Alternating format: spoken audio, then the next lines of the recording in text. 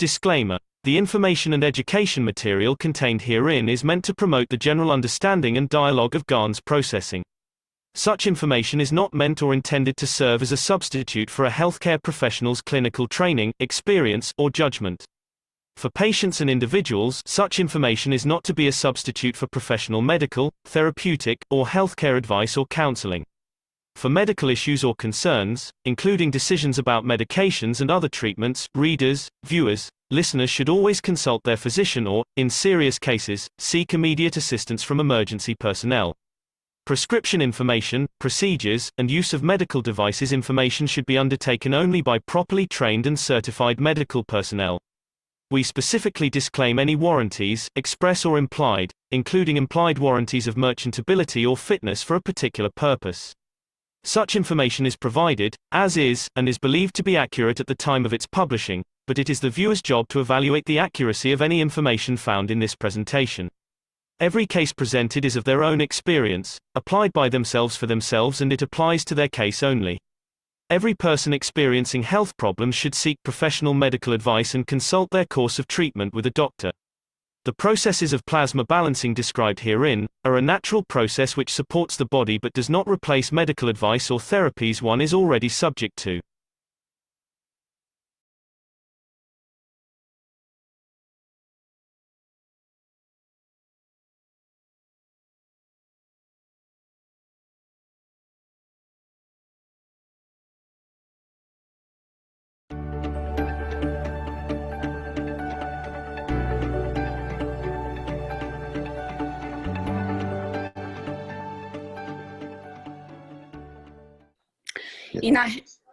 In a health teaching, you said that the soul of the man leaves the body at the exact moment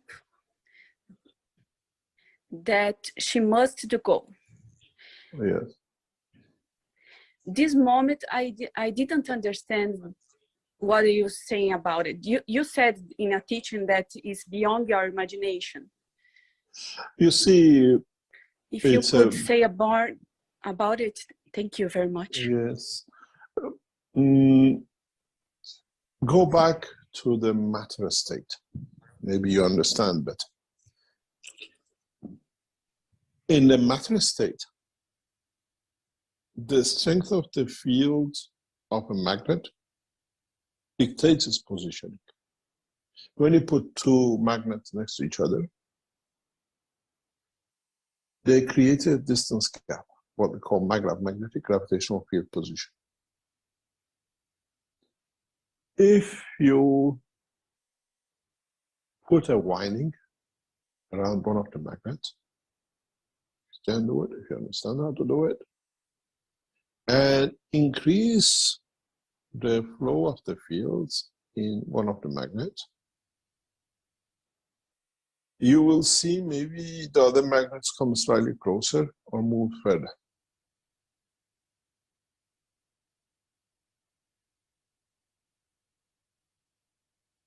And you can reach to a position by creating these kind of magnetic fields, which is done for some military purposes, some industrial purposes, that the other magnet literally shoots up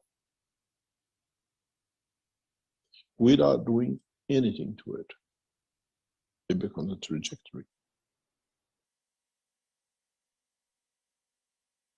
We see it in the slaughterhouses in a different shape, like a bullet, but it's releasing and attracting. Now, your solar physicality becomes that winding. And your soul becomes the other magnet. But in this case, the solar physicality has given its energy to the soul. So now the soul is energized. And when the point comes that the soul of the man's energy surpasses the blood flow cage, it takes off. And in taking off, what happens? the physicality stays behind, but the soul has gone. Point of death. Why most of us die at the old age? If you can keep the circulation of the blood and the energy levels of your body at a strength that does not come low than controlling the cage of the field of the soul, you do not die. You can extend your life. The minute the soul of the man receives more energy as part of the information, emotion, and whatever else, and the cage becomes rusty and weak, the soul has nothing to hold it. It becomes the point of death. So our aging is by circulating less blood, feeding the soul more from the soul of physicality in dimension of emotion and whatever energy, it becomes more powerful and it jumps, it creates that, it becomes that bullet to a new position, breaks through the weak cage, which is rusty, which is the old age of the man, the blood cannot hold the circulation that is strong, then you die. Because the soul is gone, physicality stays behind. It's escapism for the soul of the man. We escape from it. We become good in doing it, and in that process, we interact, we increase, we add to it by expansion of strength. And that's how the death comes. Physical separation of the soul of the man from soul of physicality. But you got to understand, the minute this process starts, which the soul of physicality becomes slowly aware that is losing control to the soul of the man, it transfers most of the energies which are within it, within the soul of the man, within the soul of physicality of man, and the physical energy of the body of the man to the soul of the man. So it suddenly receives a rapid field energy because it's aware, the blood flow is weak, and then the soul departs. It becomes that bullet. But that bullet, through its interaction with field strength, has already destined for a position for it to find its balance. And then in that position, it becomes, because it has no physical structure, soul physicality with it partially, it becomes a star.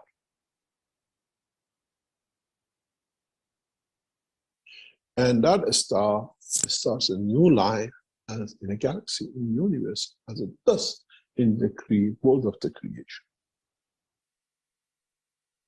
In a way, you created a soul shooting star, and you have to see if it has enough at the point of arrival that it becomes the source, it becomes the beginning of the new cycle for the soul. The whole purpose of creation is to create new essence of creation, which is another star, which is the soul of the man, but not within the physicality of the man, but in another dimension.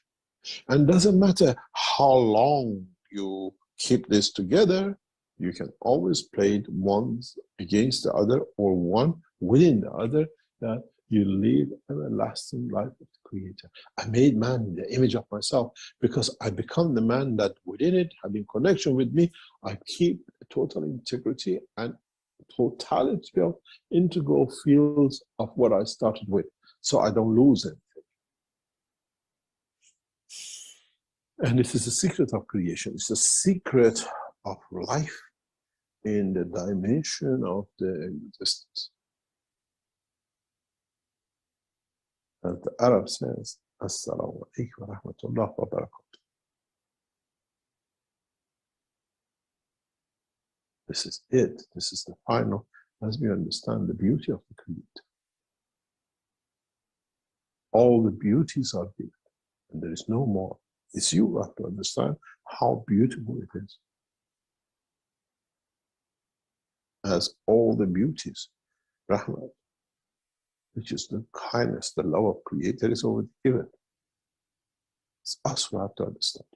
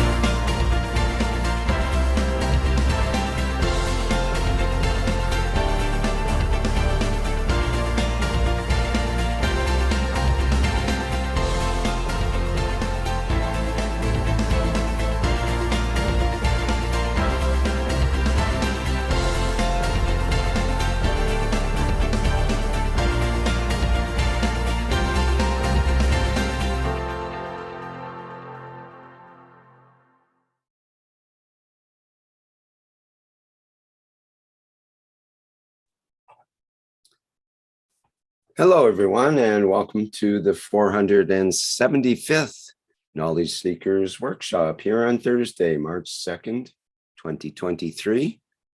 This is a broadcast of the Keshe Foundation, Spaceship Institute Education Department, and part of the public teachings in English.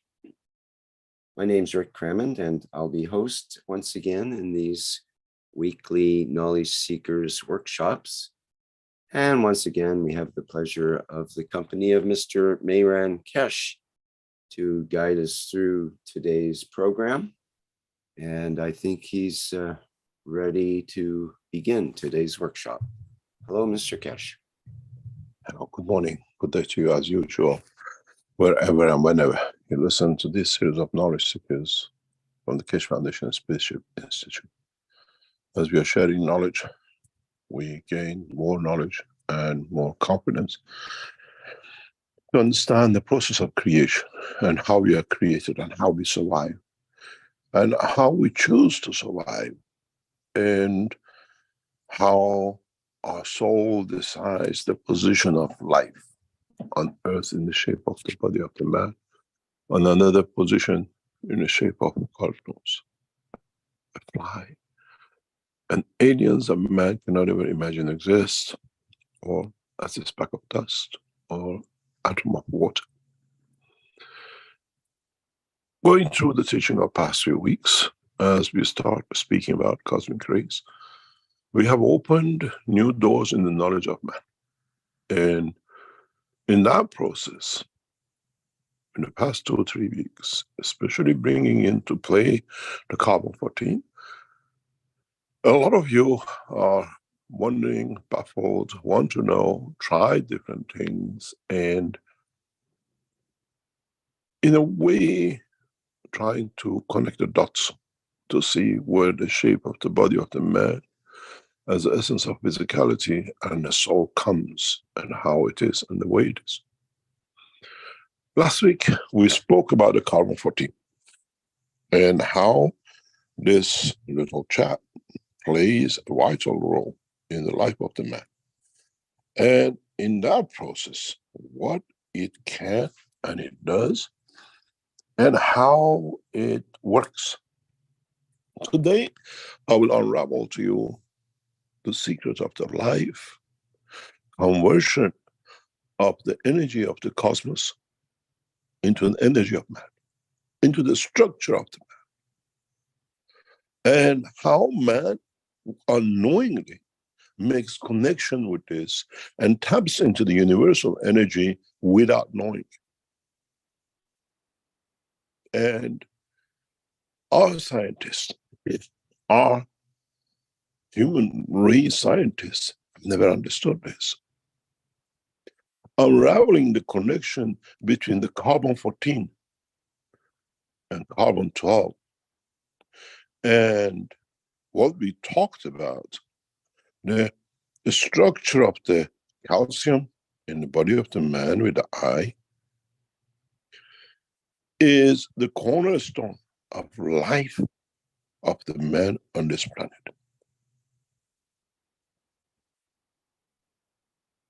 Man would not exist.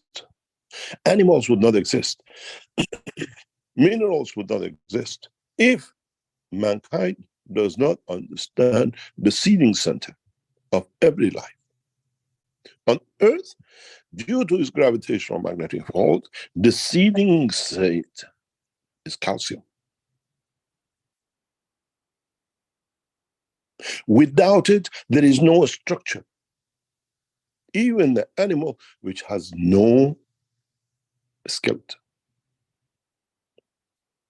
Even a plant which has nothing to grow but as a smallest leaf, the smallest green dot you see on the ground. Last week, I explained in a very simple way how carbon-14 comes in from cosmos as a field. And then the body of the man converts it into carbon-12. And then it leaves the body of the man in different shapes and forms and energies, again as carbon-14. This carbon-14 entry and exit are not the same. Of the different strength, different information and energies, which they lost some of it here, but they gained something else from the body of the man, conversion of the blood system. So what your blood did, bringing the blood circulation around, delivers what it doesn't need, and the calcium-14 leaving carries it out with it. Piggyback job. But the biggest point, which the world of the science of the man have not understood up to date, for the first time, I opened the store, even why you drink water, why your life is connected to water. Water is not something to drink as a thirst. Water is a connection, conversion of carbon-14 to carbon-12 for energy difference for life of the man.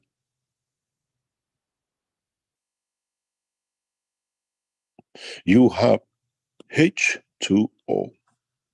16 needs to lose 2 energy atomic structure to become 14, behaving like a carbon. That allows the universal energy to be absorbed by the man's body. Water is not just a thirst. Water is the essence of the conversion of the fields of the universe to the body of the man. That's why your body contains it. But cannot do it. It's converted. It's there to do. It's there for it to convert it because of the vacuum condition of the body of the man allows that conversion. But how do you plant it? How do you deliver it? The secret sits in that calcium.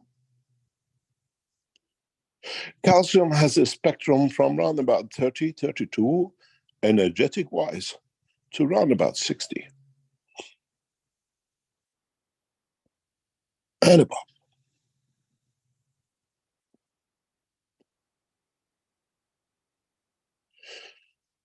You have, in a simple language, carbon-12 and carbon-14.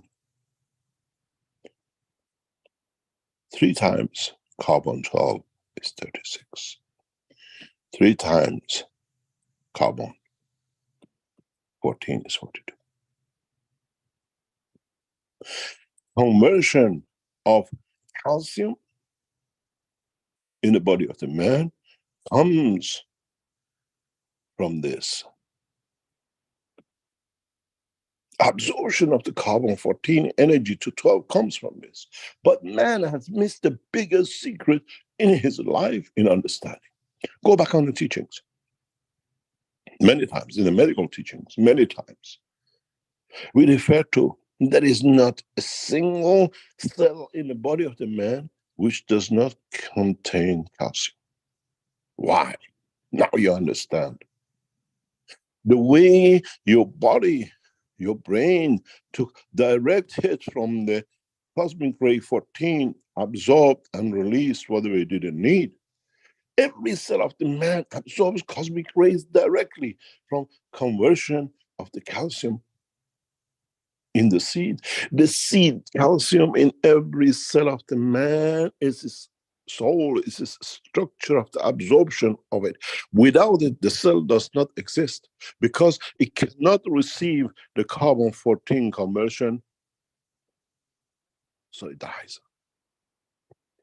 So it dissolves, it releases energy. This is how the cell of the body of the man every 28 days in one place and every 10 years or 4 years changes in another part of the body of the man.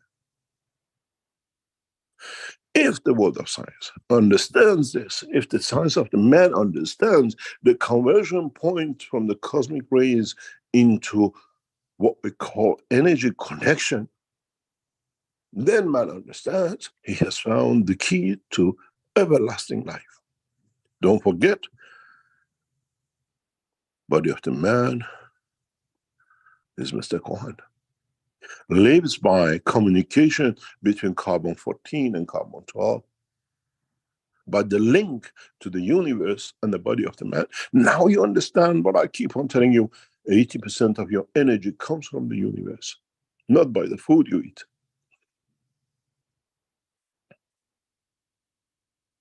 Every cell in your body is not waiting for the energy to come from the food. 20% for dimension of physicality of it to confirm, yes. The rest of it through the seed of the calcium, receiving the cosmic rays, and in a conversion of H2O to carbon 14 conversion to 12 to release its energy to exist, man exists on this planet. I take the calcium from the seed of your cell, you don't exist. This is why so many of you die with chemotherapy. Because the chemotherapy is very simple. Your bone has holes which goes into and becomes bone marrow. Chemotherapy increases the size of the lymph and blocks the hole. So there is no calcium to be picked up to deliver to start another cycle. Then in what the strength of which calcium you release from which hole into the bone marrow dictates the term of your life. A cell for a heart, a cell for brain, a cell for anything else.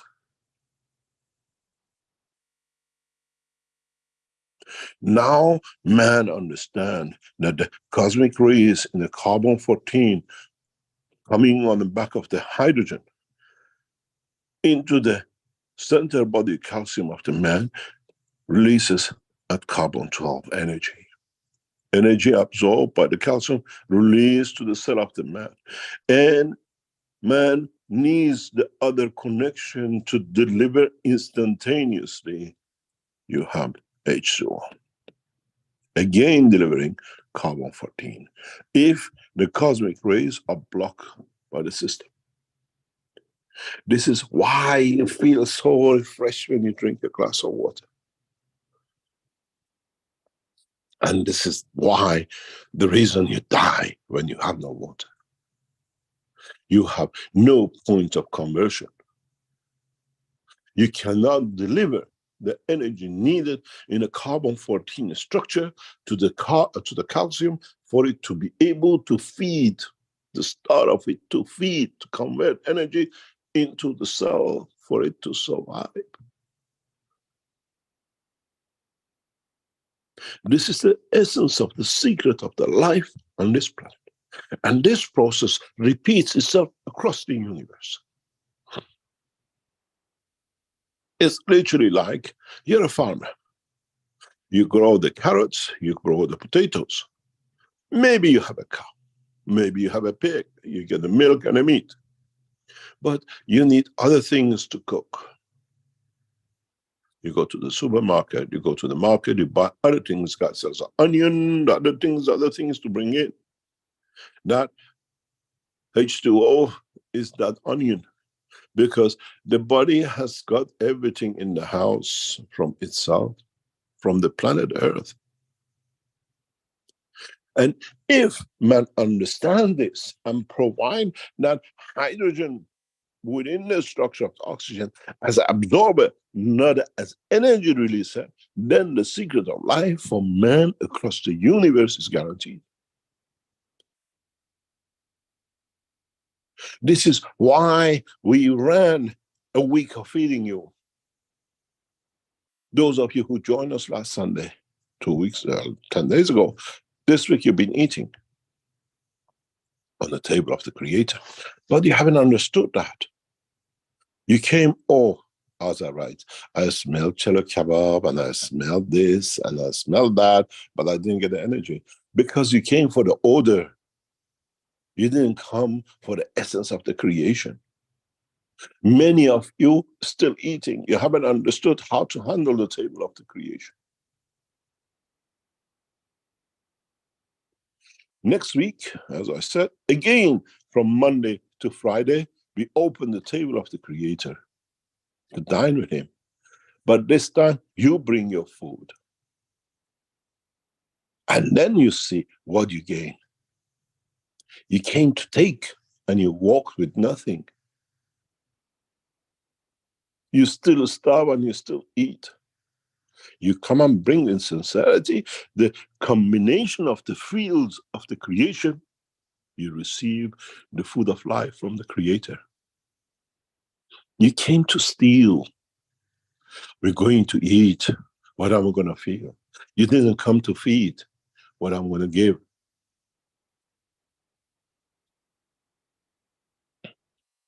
And I set the trap for you in the system. We put everything possible, from rice to meat to fruits, flowers, that if you're romantic, a red rose leaf.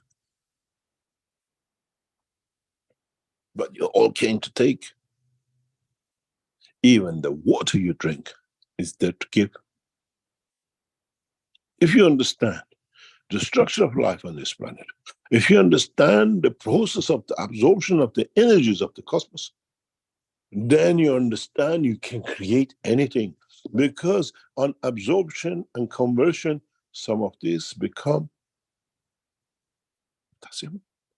Some of these become phosphor and sulfur and everything else. The essence of the conversion and creation in interaction with the fields of the body of the man, feeding itself with carbon-14 in the essence of the water, becomes in interaction with the field rays of the interaction, the elements which the man needs as a platform to survive. Now you understand how simple the process of the creation in the universe is, if we understand the true essence of it. And our doctors and our nutritionists have got no clue. The lady writes to me, we are opening a gas company in China. Open 100. It means they haven't even understood. With release of one knowledge in the next few weeks to the Chinese government, we feed the nation without a single food on the table. 1.4 billion is nothing. Multiplied by 1.4 billion order of magnitude.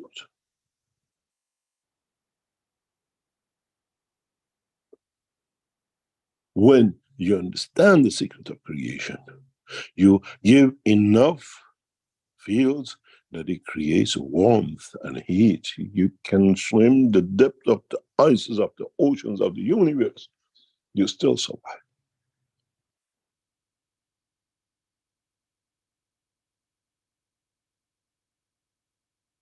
Now you understand where the technology is going, where the new system built work on that conversion. Now, if the world scientists understand this, none of you should have cancer within 1 second.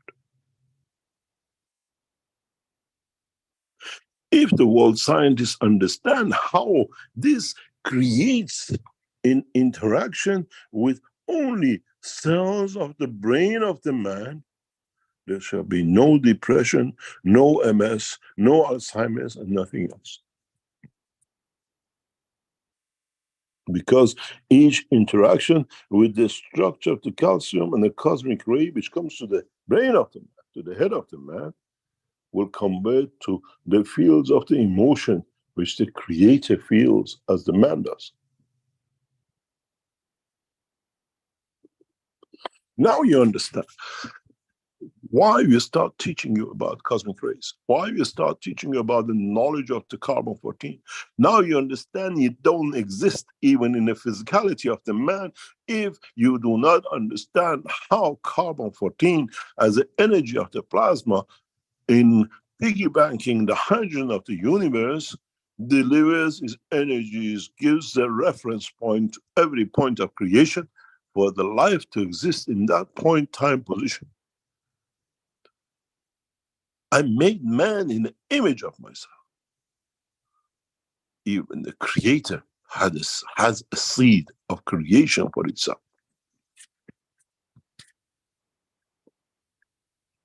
Now, if you understood this, if you understand what has been said in past 20 minutes, you throw all the chemistry books, all the medical books into the rivers of the lack of knowledge of the man of past centuries. It'll take man thousands of years to unravel this secret. Even so simple, I have put it on the board. Now you understand why when you die, your skeleton stays behind.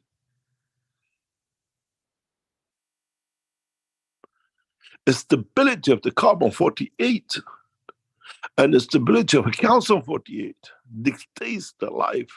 Not all your bone stays behind. Part of the bone calcium, which is in 36 and 60, will disappear. Why calcium runs to isotopes of around 60? Go to the chemistry books and read it. Because 60, 65, then it can deliver directly energy to iron, to zinc, to copper, which is the essence of life of the creation of the man. Now you understand why you have calcium within every cell body of the man, be it the muscle, be it the brain, be it the blood. Calcium-14, in calcium-14, in conjunction with carbon-14, is the distributor of, converter of energy of the universe in the body of the man, within its own small universe. God is creator of all, and man converter of some, even converts some of the rays of the creator within it to survive as a life of the man in itself. I am the creator of my own, as I have created to be the creator of. Now man understands this. When you see another being in the universe, you look at it, what section, what combination of the carbon-14 in a plasma condition, not atomic with neutrons and electrons in it, but as an energy pack, this creature converts. And it cannot hold on, it gives something out. It cannot take something from the energy it doesn't need without killing it. Then man understands the emotion. Then man sees different lights emitting from the body. Oh, I need a red one and a pink one because this goes with the calcium in my body conversion into what I need to convert to survive. Now you understand you do not need to kill.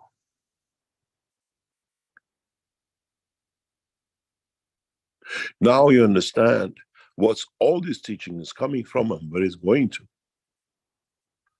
I didn't come here to teach you about magnets. You're so naive. I didn't come here to teach you about gases, but it was the only way we could show the power of the creation, the essence of creation. and how you can tap into it.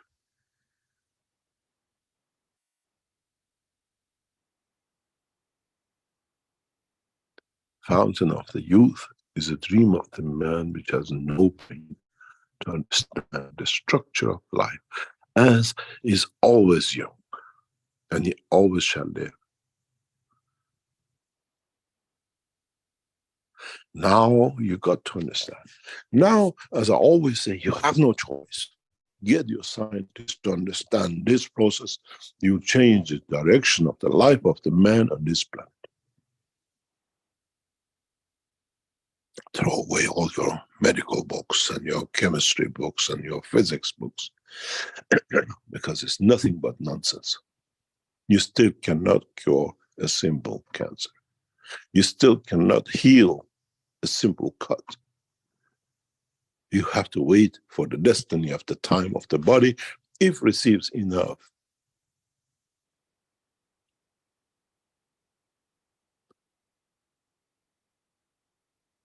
The knowledge of the man is even less than the knowledge of a creature which can create its own tail.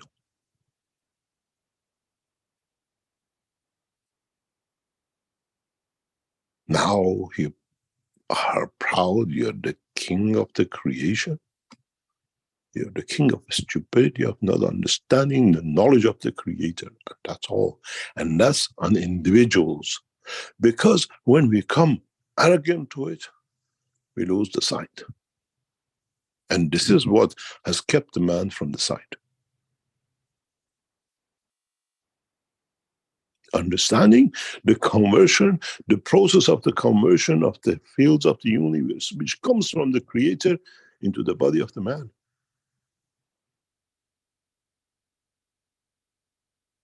You made all these chemicals, pharmaceuticals, suited for stupidity, not for curing the man.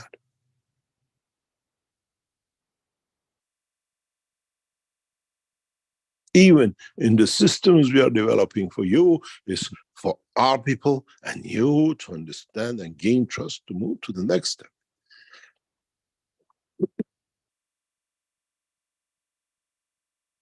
But we make it available at the strength of the soul of the man.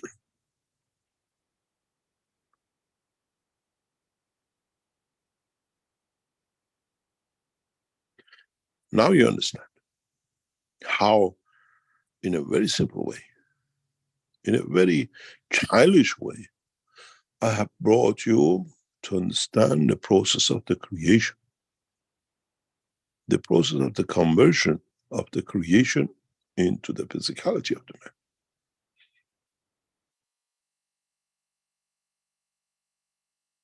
Mitra, blessed her name, brought this knowledge, but man ignored.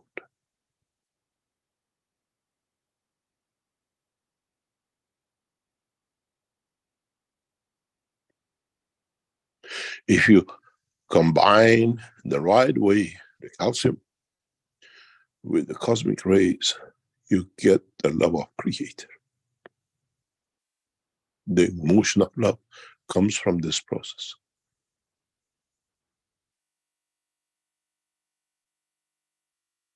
Comes from this conversion. And the waters of this planet has the right combination to nourish what you call the love of man. Now even you understand why the Creator fell in love with Mitra and Mitra with Earth, and through the love from each other that led to the release of the knowledge of the creation. Otherwise, not only man, but the universe would have lived in the dimension of ignorance.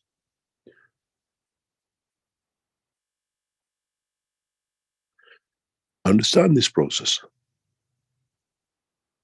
into essence of the creation and conversion of the universal fields. Then you have access to Unicos. Be ignorant of it, you die of cancer and everything else on this planet. And the smallest fields in the universe will disassemble in the plasma of the body of the man.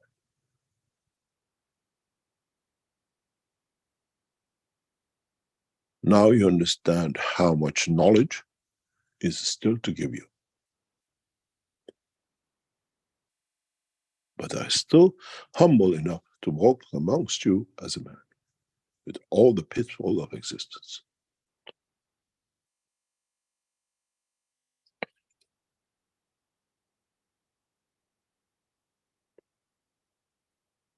Understanding of the totality of the creation is the job of the man. It's the job of the soul of the man, as the body of the man is fragile.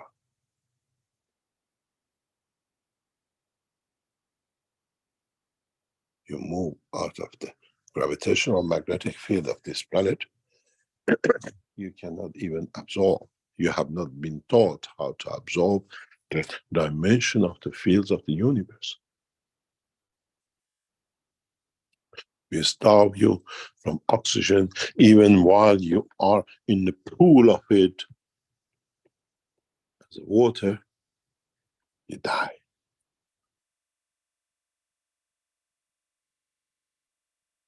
Even though it carries the oxygen which you need, because your cells, your emotion, your fields in the brain of the man has not learned about the cosmic rays within the water itself to use it as an absorber of energy and survive within the water. You do not need you. You need to understand the motion of conversion in the brain of the man. Then you survive in any position in the universe. Depth of the oceans to the highest mountains, coldest places in the universe, because you learn through your soul and the soul of physicality within you how to convert the energies.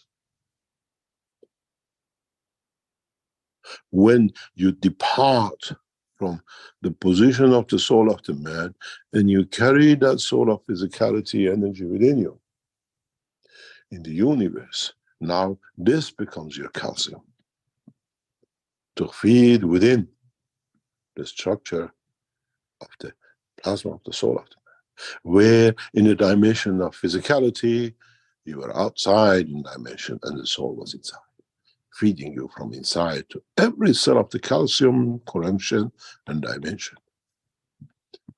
Now you can see how this skin of the sheep turns inside out, and both has a purpose.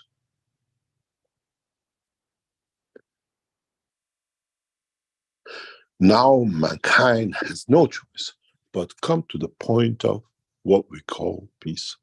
Peace within itself, and then peace with the rest of the creation and the creator.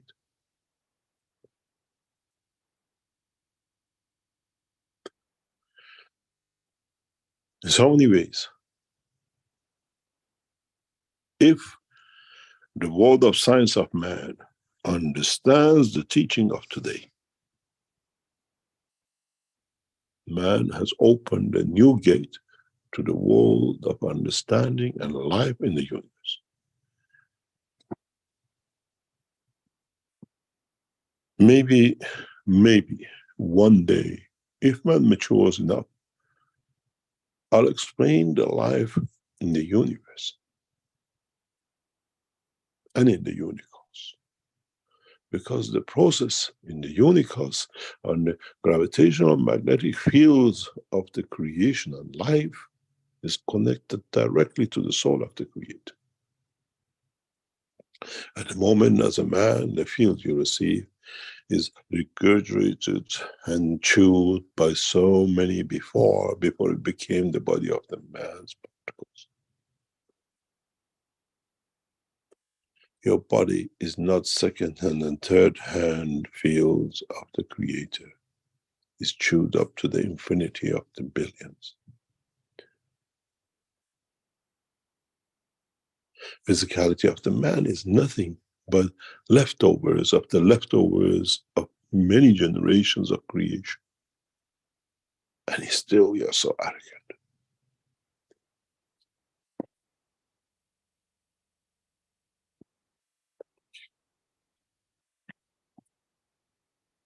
understanding the creation, transportation of the energy fields, the load on the energy fields, is the secret of survival in every dimension of the creation, be it on a planet, solar system, a galaxy, a universe, or in the universe.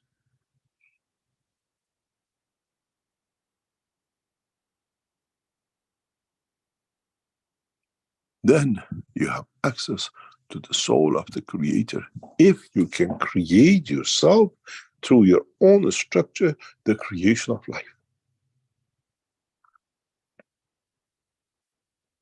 In a simple language, step by step, I have unraveled these to the scientists of the Keshe Foundation. And are in the process of the development of the creation and conversion from the soul of creator to the soul of the man to the dimension of physicality of the man.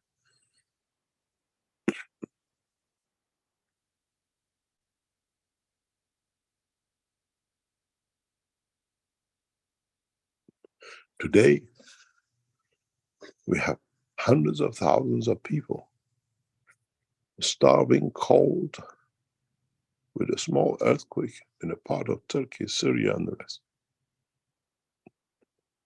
If their leaders accept the knowledge of the man, will feed the totality within a wish.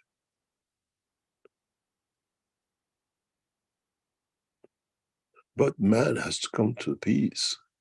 Not the border that one side is stars and the other border West supplies. What's the difference between the blood and the imaginary line of the man? You are immature, we'll let you die with it.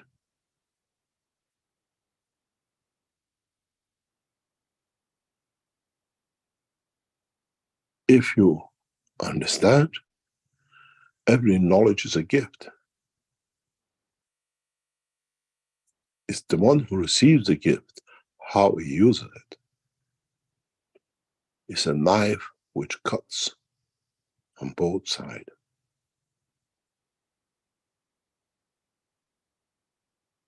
I used to have a friend in our organization, and I've said that many times before. He refused to buy a knife to be sold in our stores. I said to him, Nat, why? One day somebody bought a knife in one of our shops and went and killed the person. I don't want to be involved in it. I said, what about the knife the mother buys and feed that child to survive?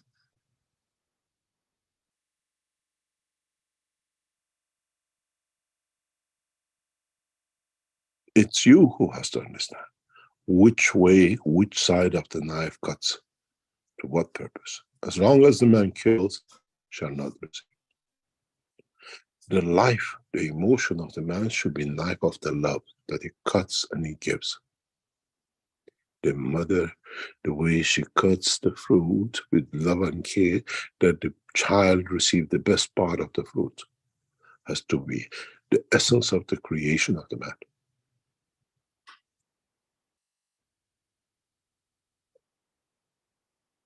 If you understand the totality of the conversion, then every radiation which man has not and cannot even imagine today will be open to mankind.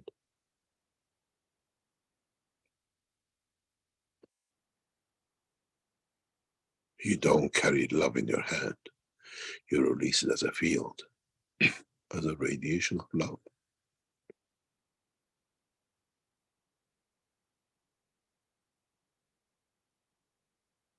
Then mankind has to understand, even in its skull, if you open this skull, if the scientists of the man go deep into and expand this skull, you will find different structures of the calcium, which each one connected to absorb certain field structure and radiate certain fields inside.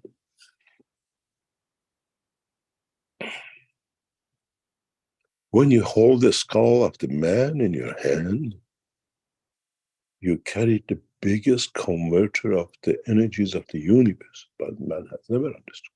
When you die, some of these, because there is no use, disappears. The only structure which leaves behind for man is calcium 40, maybe calcium 41.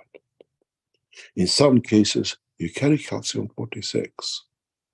That calcium 46 should have given man the knowledge of the cosmic rays, but he never understood.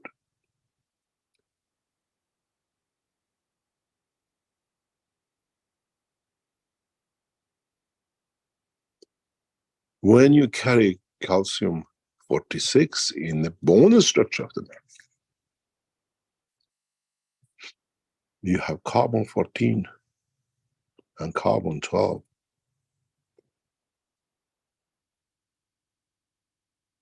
You came in with 42 and 48. Reduction to absorption to release energy. Man has not even understood. Oh, his bones left behind. There was a man here. Look into the structure of that bone and you understand the history of the creation in the universe, but in the level of the fields of the spirit.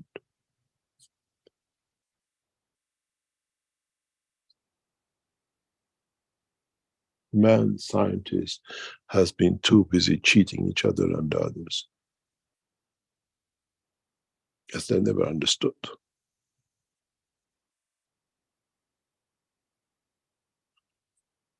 Understanding the process of the creation, understanding the limitation of the knowledge has created a mayhem for the man, has created many prophets, magicians, be it from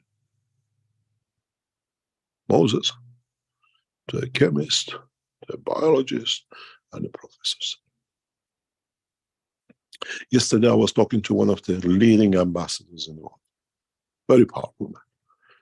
He said, Mehran, we have a problem with the president. I said, what's the problem? He said, you know this technology which we're discussing regarding this and that. He said, we brought top 3 scientists, professors from the university, and they all 3 rejected it. We sat down with them and said, why? What's the reason you're rejecting this? Nothing to do with the Keshe Foundation technology. It's another field. They said, if we accept this, we have to throw our books into the rivers. How am I going to be a professor? I said, tell the president who is the thief of the nation. Chinese government leadership, President Xi, knows this, that the reason the country cannot move forward and he still has to steal from the others is the scientists of his own who blocking the knowledge to be transferred to the scientists, the new generation. We saw China put those who did all the briberies into the hanging section. They hung 50, 60,000 those who took the bribe in past 5 or 10 years to stop the bribery. Soon we'll see the Chinese government will put these scientists, the elite scientists, into prisons for stealing, allowing the nation to go forward with the technologies. It's not that China doesn't have scientists. China has the best scientists, but these thieves, as a name of professors and elite scientists, stop it, because then their paper's worth nothing because they're 40 years old.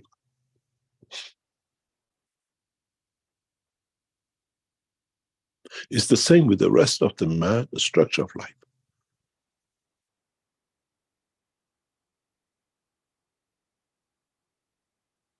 It's not that you don't understand. It's that those who call themselves professors and the priests and the prophets, they're all thieves in their own shape or form for them to have a value to their meager brain of themselves.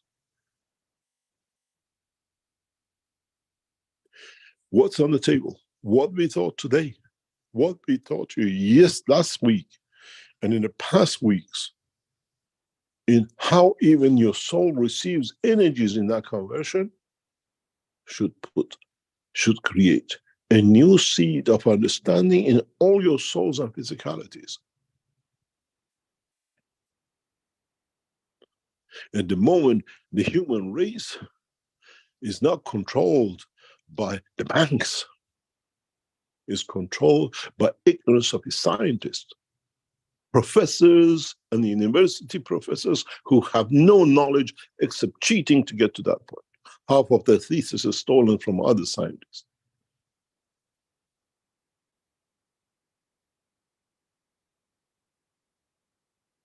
We are in the same situation in the world of politics. Who and how they have attached religions to every parliament and senate and everything else, that they have a say, that they can control the cheating of the church, the mosque, and the rest into it. Thieves of scientists and thieves of the soul of the man working together, how can man progress? You have the knowledge, you have to decipher. Not me and nobody else. You decipher it according to your intelligence. You decipher it according to what you want from that intelligence, and you create the new dimension of science. Science of understanding the sense into interaction of the fields of the universe, and nothing else.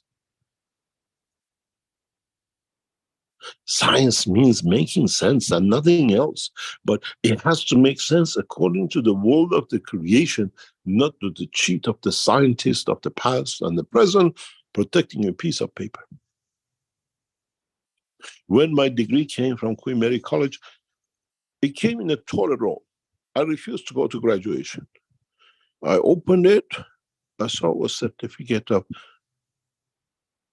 degree. I took it and I stuck it under the toilet roll in the bathroom. My mom came and said, "What's this hanging there?" I said, "That's my degree." She said, "Are you stupid?" I said, "Mom, has no value, it's a man's value. That's all it's worth if I don't carry the intelligence and knowledge."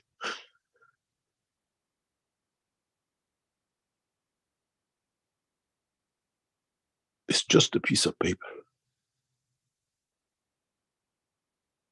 And it's worth nothing more than the toilet paper, if the man does not carry the knowledge within it. And the knowledge to give the correct way and to accept the dimension, the process of it in the same way.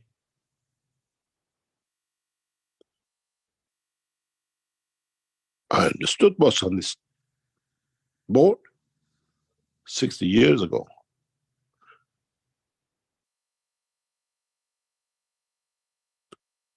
I created the first reactors 25 years ago, 20 years ago on the same basis. And it works.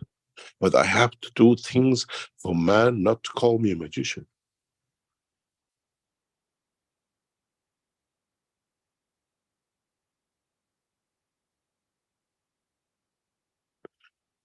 Understand the process. Understand the process of the creation. Understand the process the creator is transferring his love, his energy to you to understand the process. Then you can use this to every advantage of the mankind. Take from it and become gravitational. Give to it and become magnetic. Isn't it the way I taught you how to make your magraphs?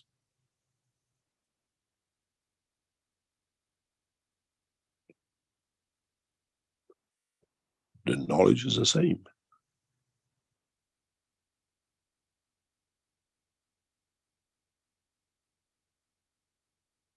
It should not make a difference. The degree came in a toilet roll, and it went where it fitted, under a toilet roll. A cardboard box rolled, exactly like a center tube of a toilet roll. And I gave it to my mom. I said, "Mom, it came in the toilet roll. You see, that's where it should be." She sat and cried. He said, "You wasted your life." I said, "No, Mom, I gained my life."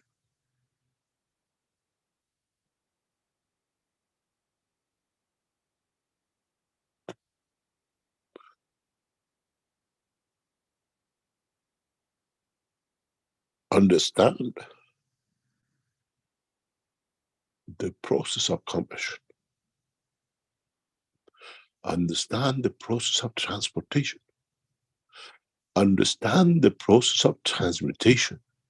You transport physical matter, you transmute plasma energy.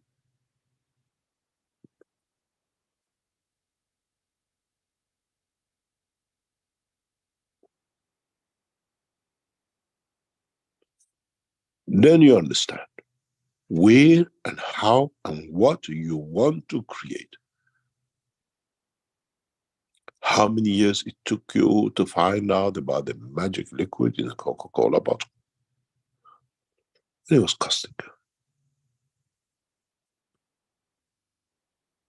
And you created nanomaterial, you created everything else, you created diamond structure on the same.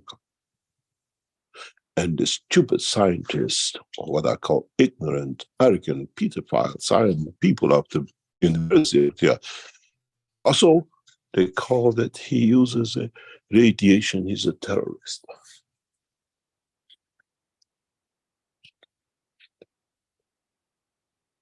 There's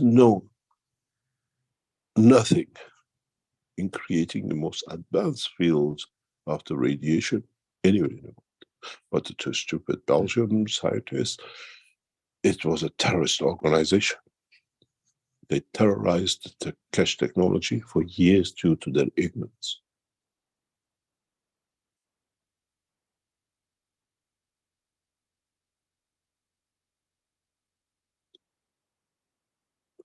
Nuclear weapons, if you understand this, are worthless.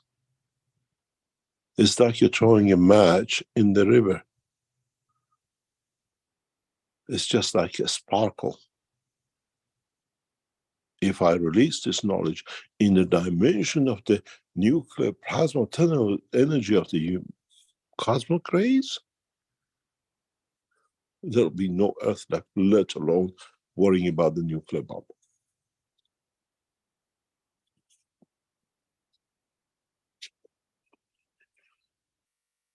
In fact, as I said to the Americans on a table of discussion in Seoul in 2008, I use your own nuclear warheads to make food out of it.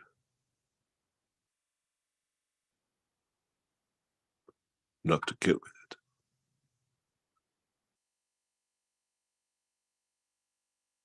Because you have already purified it to the level that I can use it. There is no calcium in it, there is no zinc in it. You give me a pure, high-level plasma. I know how to convert it. I know how to control it. With one nuclear warhead, I can feed the whole of the galaxy. Forget about the Earth.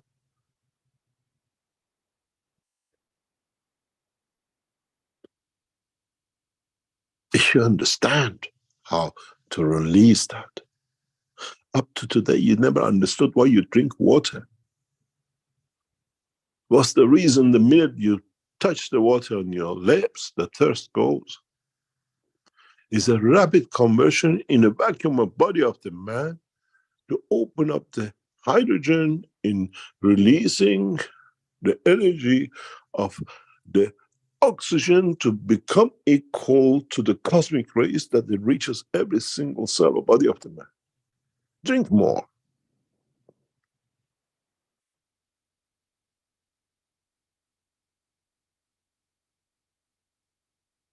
Now, mankind has to move to the next level of understanding the knowledge of creation.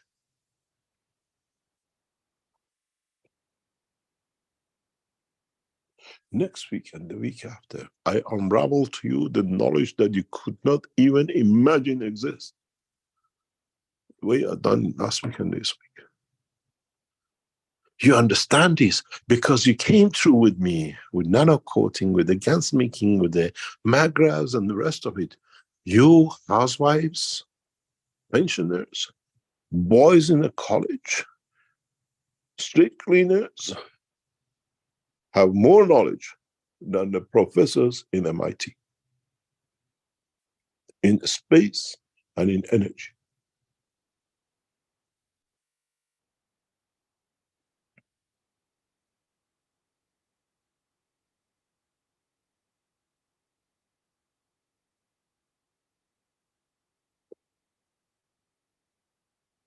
You got to understand the process of creation, the true way, and be your own teacher, but observe the others, what they have learned.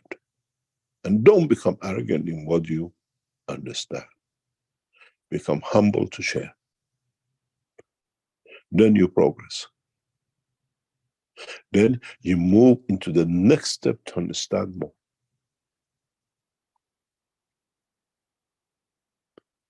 Then you understand why life means life in every point in the universe, irrespective of time, place, and position.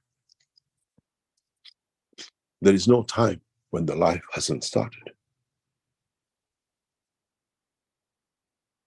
We celebrate the birth of children from the moment, the day they take the first breath from the air of this planet. And we call it a birthday. We don't celebrate the day when they came to conceive, to become the soul within the womb of the mother. There they show the essence of their creation. Again, man dimension of physicality. Then you understand why Chinna Mitra celebrated from the point of inception, not from the point of taking the first air.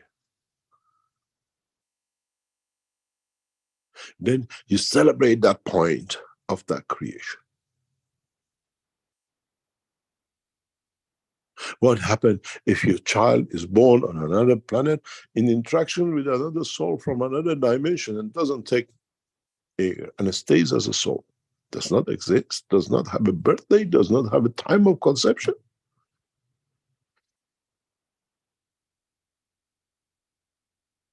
Then you know how children of Mitra will be created.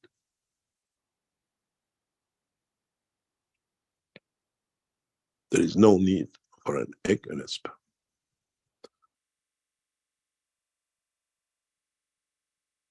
Ask yourself a single question.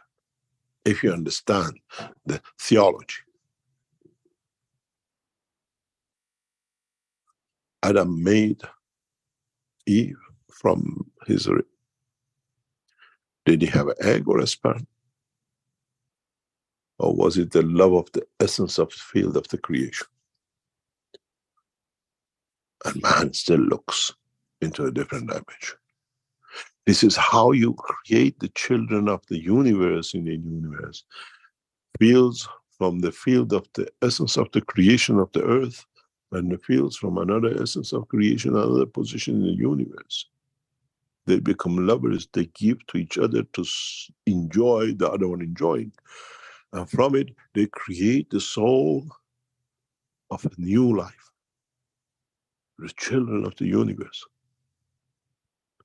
Sorry, the one from planet Dudu does not carry any eggs or sperm. They don't have it in their creation. So man cannot create new life in the other dimensions of the universe because he carries a sperm on an egg. How feeble the understanding of the man is in respect to the creation of the love of the Creator. Did God send the sperm or an egg to earth for life to start?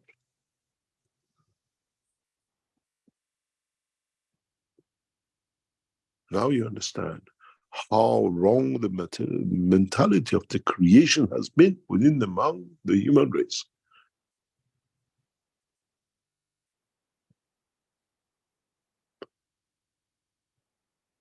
In Arabic, we have a beautiful word for it. To the stupidity of the man in the lack of understanding. We call it astaghfirullah. Because I cannot understand it, is something that is to do with something which is wrong.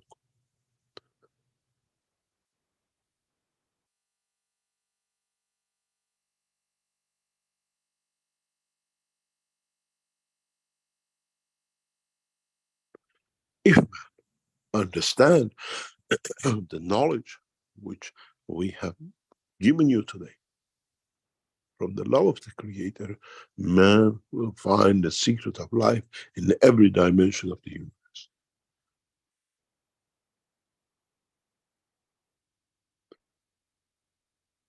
It will take centuries, thousands of years for man scientists to understand what you today felt with the knowledge you were given within your souls, without the dimension of physicality. Today you receive all your PhDs and professorships. Graduation, if you understood it, from the soul of the universe, not from stupidity or lack universities of MIT and God knows the rest.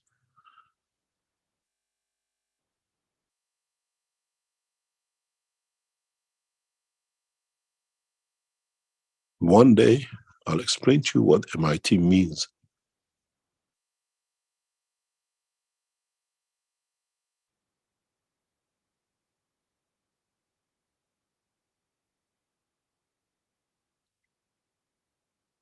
Man ignorance.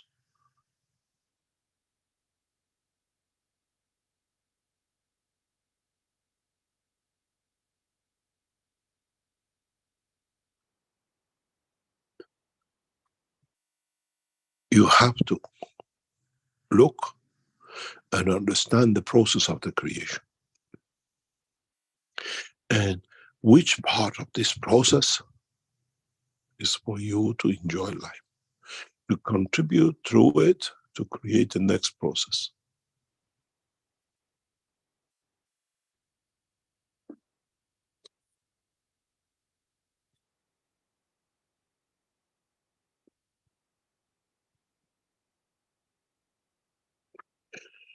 We go for a break, we come back, and we'll try to solve the riddles of the creation by the Creator. Rick, if you can take us through a break. Okay. Thank you. Thank you, Mr. Keshe.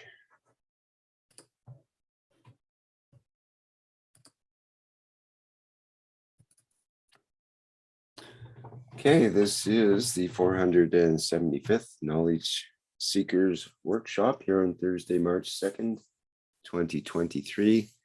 We'll take a few minutes off here and be back shortly.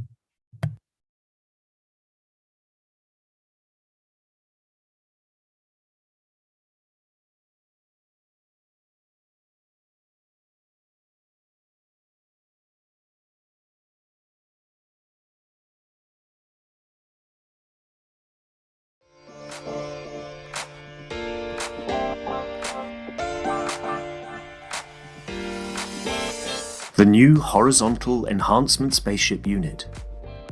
A space technology that allows us to work with the fields of the universe, creating a wide range of plasma field interactions and conditions. It allows the body to process itself from any physical or emotional imbalance. Once this balanced condition is achieved, the soul and emotion of the body can follow to find their balance and elevate the whole of the man. The new Horizontal Enhancement Spaceship Unit, technology of the future through advanced plasma knowledge.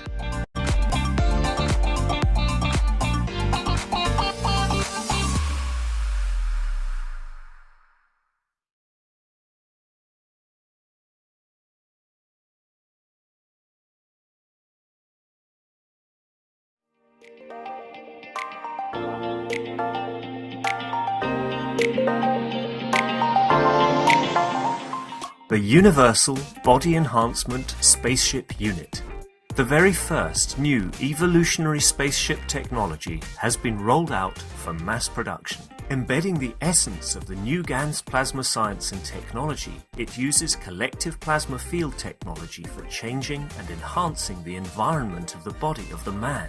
This new plasma enhancement changes the environment of the body to allow it to return to its natural, balanced energetic condition as in the womb of the mother, allowing every cell in the body of the man to find its natural, original field strength balance.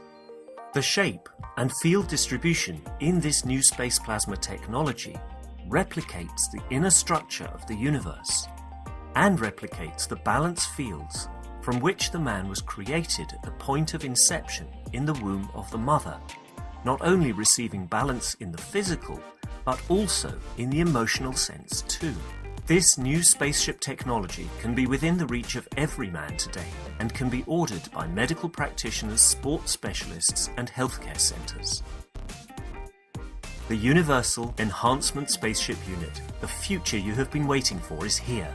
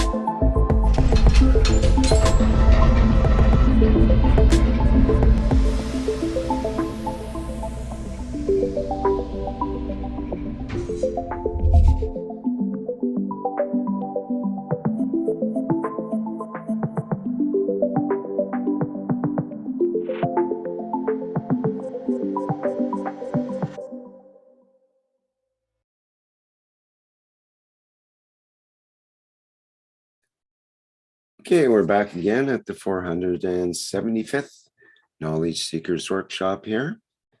And usually in the second half of the show, Mr. Keshe answers questions from our audience. I'm assuming you would like to carry on with that, Mr. Keshe, or do you have something further you'd like to explain? No, you're okay. Carry on. All right. Well, we have a hand up here right away with Azar. So let's begin with her. Good morning, Mr. Keshe. Good morning, everyone. Mr. Keshe, the fish in the ocean, they have apparatus. They take the oxygen and they release the hydrogen, but we don't have it. But when the fish does it, do they use the emotion or just the apparatus? And then it's the way we create the apparatuses in our body to convert energies. But if that's for part of the 20% physicality. Okay, so for example, I was in the ocean recently. I cannot swim, so I was testing. For example, I go flat on my back and I'm breathing, and then I'm not moving, but the ocean moves me. So I said to myself, I can be in the ocean. I don't need to swim. Water takes me here and there. So, and then I did another test. I held my breath because I can hold it for a long time. I went deep and I started to move. Then it was a point that I have to breathe. So I drank a lot of water. So I came up. Then I can use my emotion to not to drink like a fish. How can I do it? You know, in the brain of the man and the soul of physicality of man, there is a point of interaction. And if you reach that point, you can use the physicality to do. You know, you go to all these,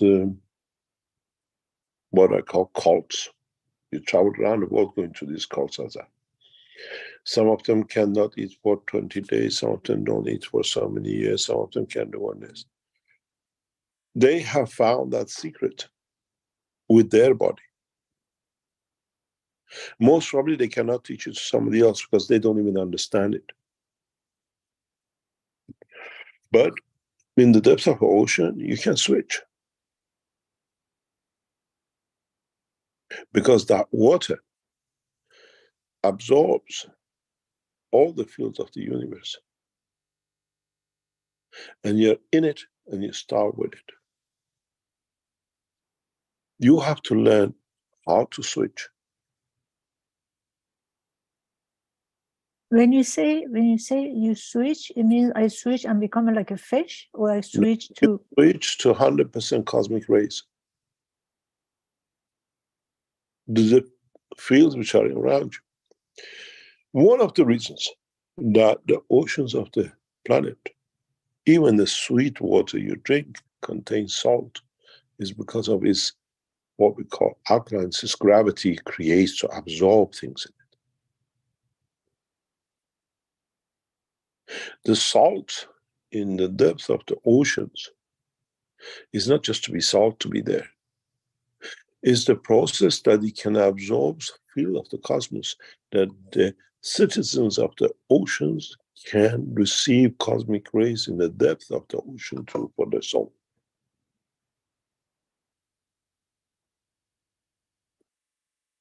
You call it alkaline, you call it acidic. I was explaining this to one of our scientists yesterday.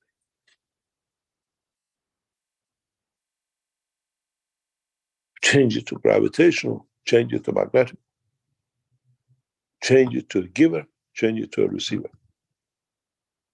At any point in the universe, there has to be a point of receiving at a given field of strength, and it has to be a point of giving at a given field of strength. Energies are not created or brought about out of nowhere. It is not a magic fountain and you stand on one end and just water keeps on coming and he has no resources. I made some time ago a little tool that it was dripping water, but it had no resources. In the village of Tiham, I've said this before, where we used to live, across the hill from us, right across is a hill, and in this hill, people come from all over Belgium to take water. And it's very strange. We live on this side, and this is it. We lived here, and here there's a church, and there's a little spring. People come from all over with bottles, with crates to take water from this spring. And they say the water from this spring is good for the eye. It brings healing to them. When I heard this, I said, people don't understand. It's not that the water which comes out of this spring is good for the eye. It passes somewhere in this mountain, this hill,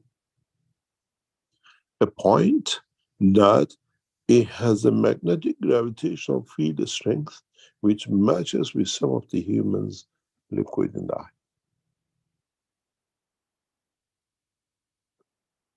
You don't need to drink it. If you wash your face, we'll have the same.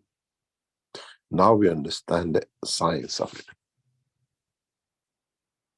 So in the depth of the ocean, if you can tap, understand where the energy source equals the strength of your cell of the body, doesn't matter if you're in Atlantic or Pacific, they are connected to each other, you receive that energy. You don't need to breathe.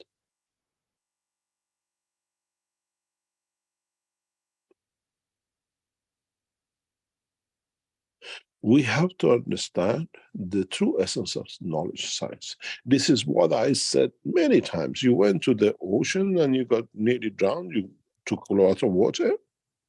What happened if I throw you out of the space lab in a space? You die the same way as you would have died being, what do you call it, drowned in the ocean in the middle of what is, now you understand, the energy source of your life. Or cosmic rays level, but in a dimension of physicality. Man will die, they throw you in a space, you're dead. What is the biggest fear of the astronauts and all the ones who go to a station when they go outside to fit? What happens if the cable breaks? I go out without a cable because I know I already tapped. I live a free life. It needs education. It needs understanding. At the intro of this today's session, what did I say? What did it say? Very, very easy. You should be able to live anywhere in the universe if you can tap into the universal fields.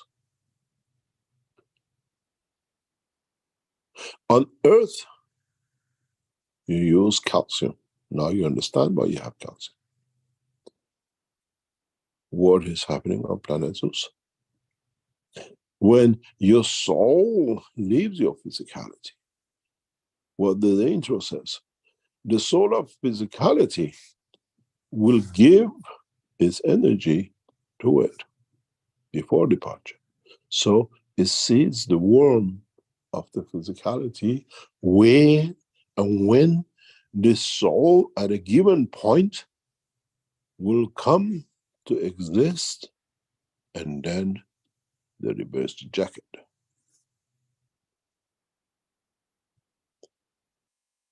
You have to understand the point of conversion. Then you survive anywhere in the universe. And then in another process, if you understood this, you go to the dimension of the physicality and you use your soul to create the first structure of a living. It is what the Creator did, giving life to. Call it Eve.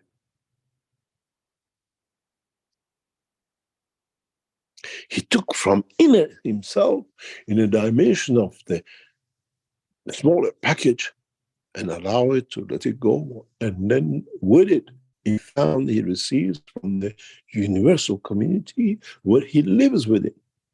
Our Creator, as we call it, is not the creator of final.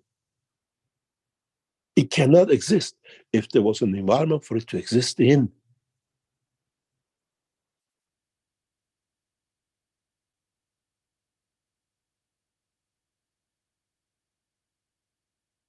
When I said, I write the book number 8 about the fields of the universe, the magnetic field of the universe, is that book. About how our own Creator was created out of.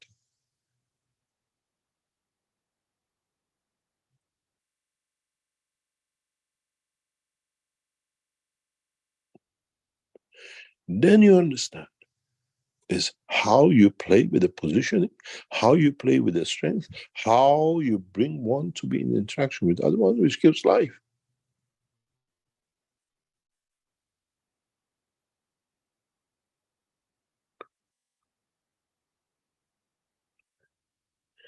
This is what became the most beautiful thing when and if you understand it.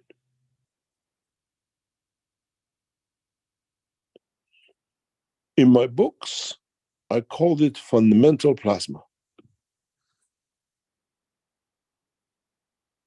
The Creator.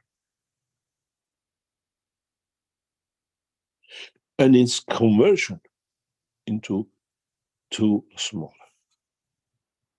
Read the books. Isn't the fundamental plasma the Creator? Isn't the proton and neutron the Creator and Mitra? It comes within it to be.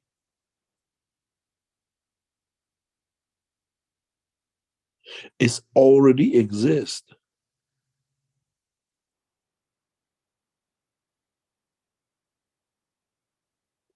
On the planet Earth, you call it plastic islands when it comes for those together. What happened when you transfer these plastic islands energy into and you create on the moon?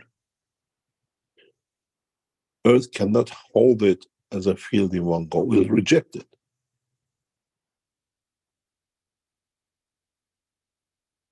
consequences of cleaning up this planet, the way energy packs are set, the scientists have not even realized it.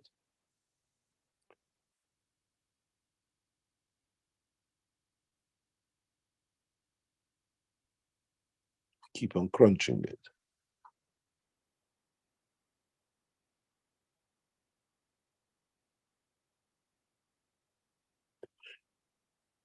The science is the same. Fundamental plasma into proton and electron. Creator into meter and the creator. Connection of the two, the love.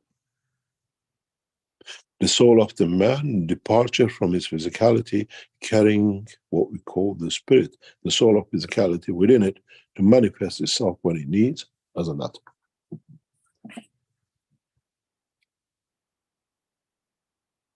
And then in that process, what do you call it? A twin star. The unity of the star comes within the soul of the physicality of the soul itself. It's not another piece of plasma.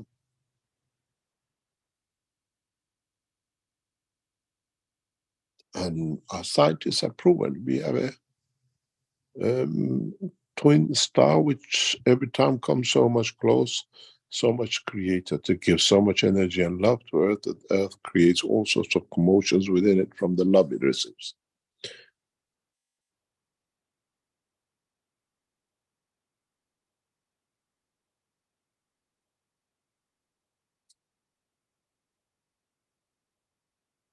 When you find your twin soul, is it the soul which was created with you out of? Or is it temporarily field balance equal that it can interact? And you fall out of love, usually 3 to 5 years, because you absorb different energies.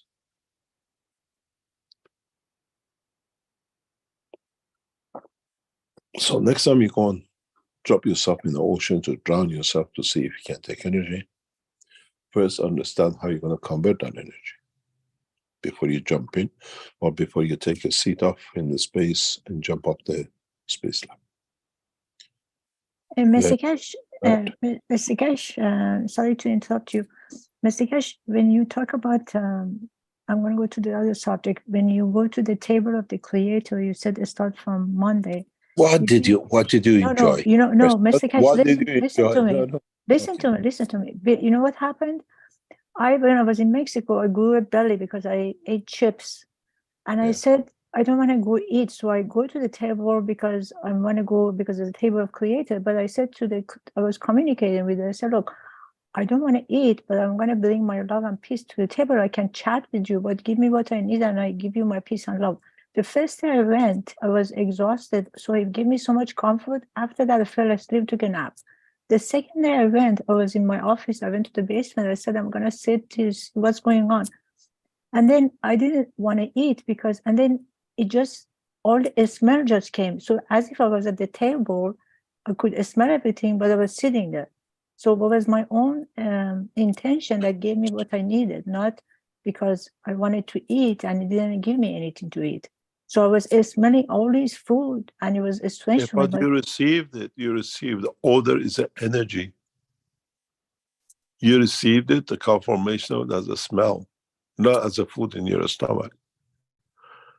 What did you smell? Chara kebab, and what else did you have the smell of? I felt like I was in Rome. When I was a kid, I was passing by the alleys. My mother says, go get a sangak or barberry. And as you pass by those houses at the lunchtime, you will smell all kind of food: kufte, قرمه سبزی, خورش بادمجون, آش رشته, آبگوشت, all of them. And you smell that in the basement? I smelled it in the basement and I said, who's cooking all this food? And I realized it's coming from the system because I said it's impossible. Did it bring you joy?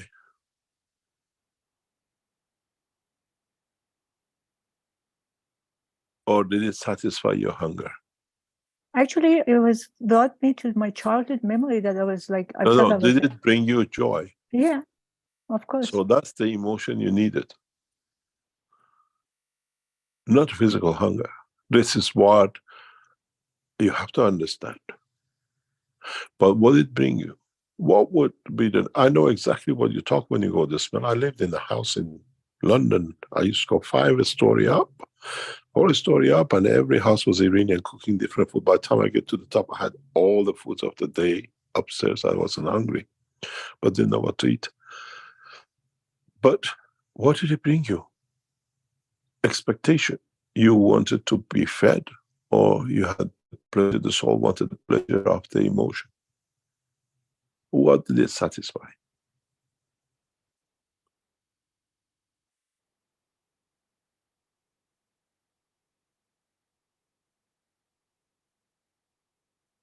Are you there, Azar? Yes, I think the system gives you what you need. I think it brought me so much joy. And the first day the first day was incredible, because the minute I put it on my forehead and I was just like going to the bathtub after the tired day and say, oh, this is so good. I was just melted. The people who join us with this eating with on the table of the Creator will go through different experiences. We'll go through massive experiences in the next week or two.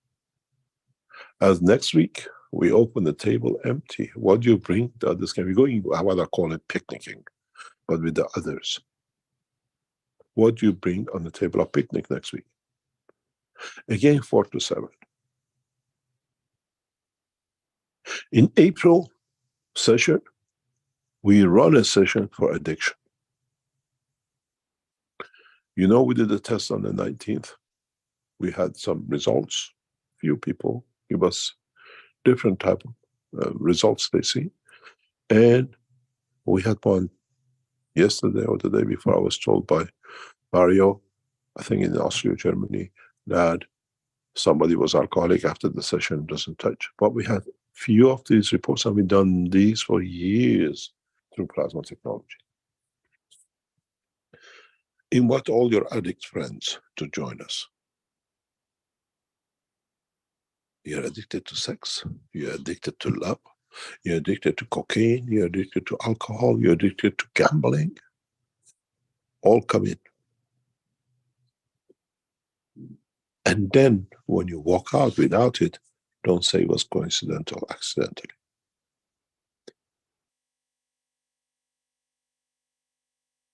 Sign in your brothers, your son, your daughter, yourself, or whatever, for the addiction you have. And see how many of you will see a difference.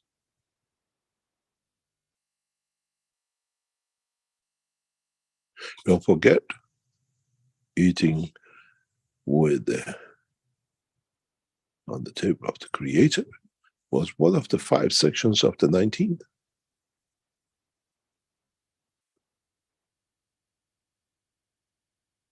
On 24th, we sit with the world presidents.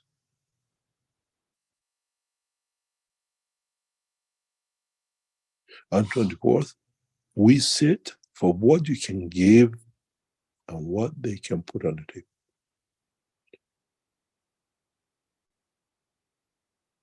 We're working on many world leaders to have and world ambassadors in that meeting.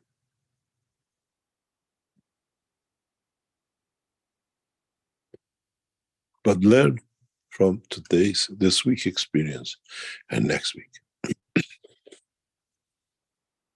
Don't come to them to let them give to what you can give back. I'm meeting one of the world leaders in the next few days. He's not there out of pleasure of the technology. He's there to save his presidency and needs the Keshe Foundation. I didn't ask for it. He's asked for a meeting.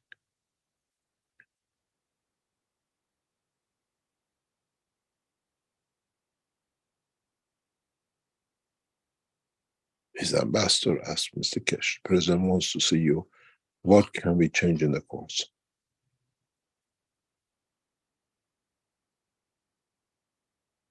I told you many times, People accept this technology not out of its beauty, but out of the demise of themselves. I've already told people in the management of the Keshe Foundation to be ready to fly with me, because I'm not going in on my own. We're going as a technology.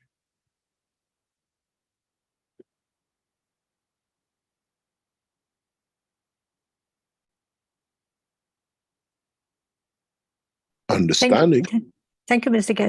I think you're welcome. Understanding the process is important.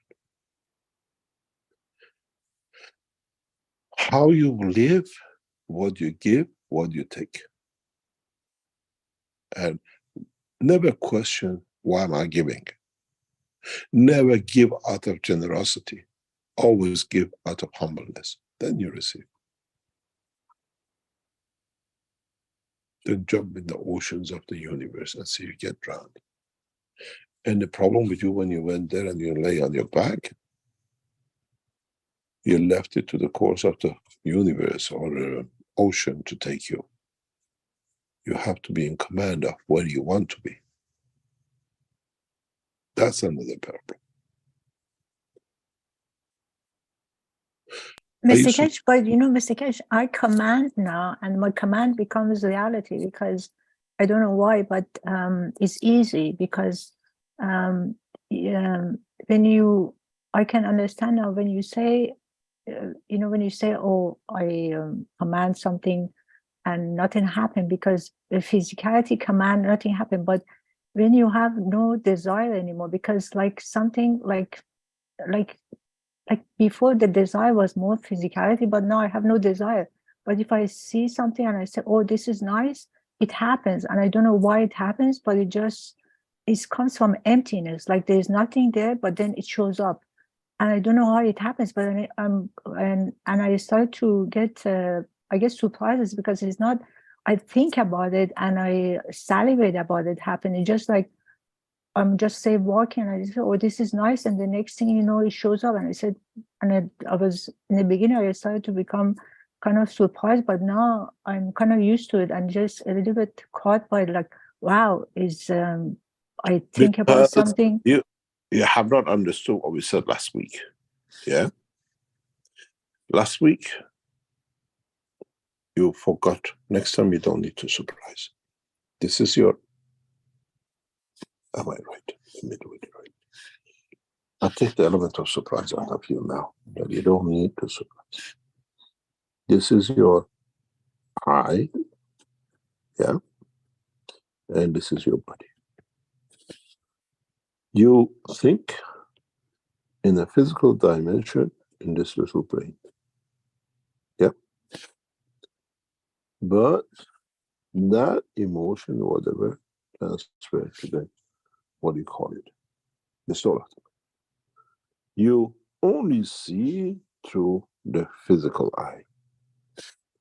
So the soul has become a magician. What you gave to you want, it puts it in front of you. Even if it means ask other souls, she'll be happy to see a flower and the flower turns up. When you understand the connection and interaction between the physicality and the soul, so you live the two dimension. Soul of physicality in interaction with the other souls make what was your true wish and to be manifested that you can see with a physical eye. So it's not a surprise anymore. You start living two lives together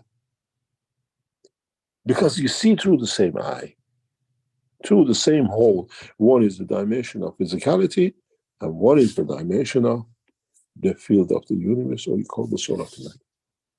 But as I said, the minute you drink the water, the test goes everywhere because the field transfer.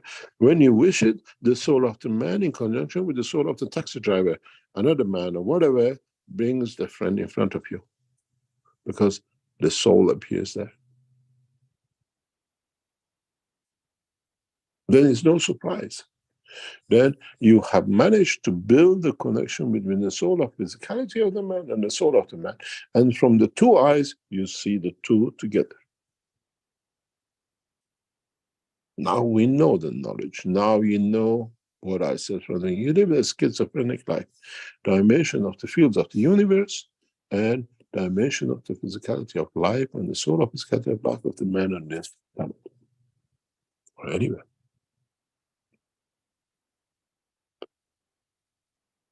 And so they call me a surprise. You can go on yourself, throw yourself in the oceans, and you come back. Brings you back to the same point. When you say, I lay down and I could see the fields going, I used to do that so frequently, I got fed up with it, I stopped doing it. I used to spend a lot of time in Bahamas. It's the peaceful place. And many, many times I went into the ocean and I lay there. I couldn't see nothing from distance. No island, no land, nothing. And I wake up and back again, same place as I left. An hour later, 2 hours later.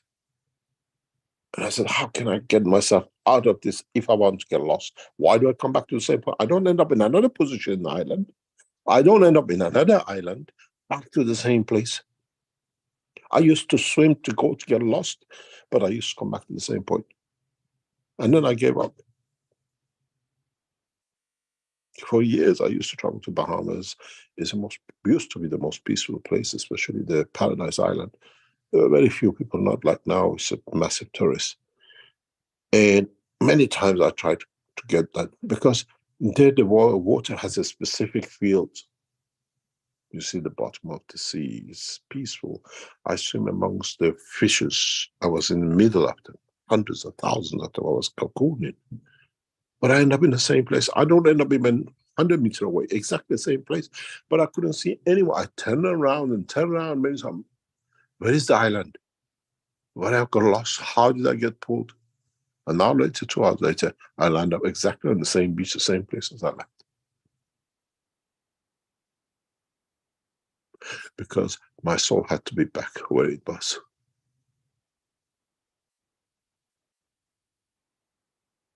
My children were waiting for me on the beach.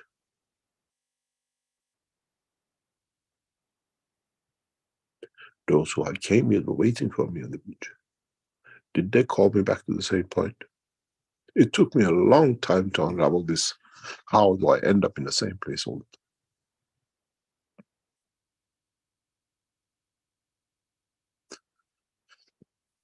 time? We need to understand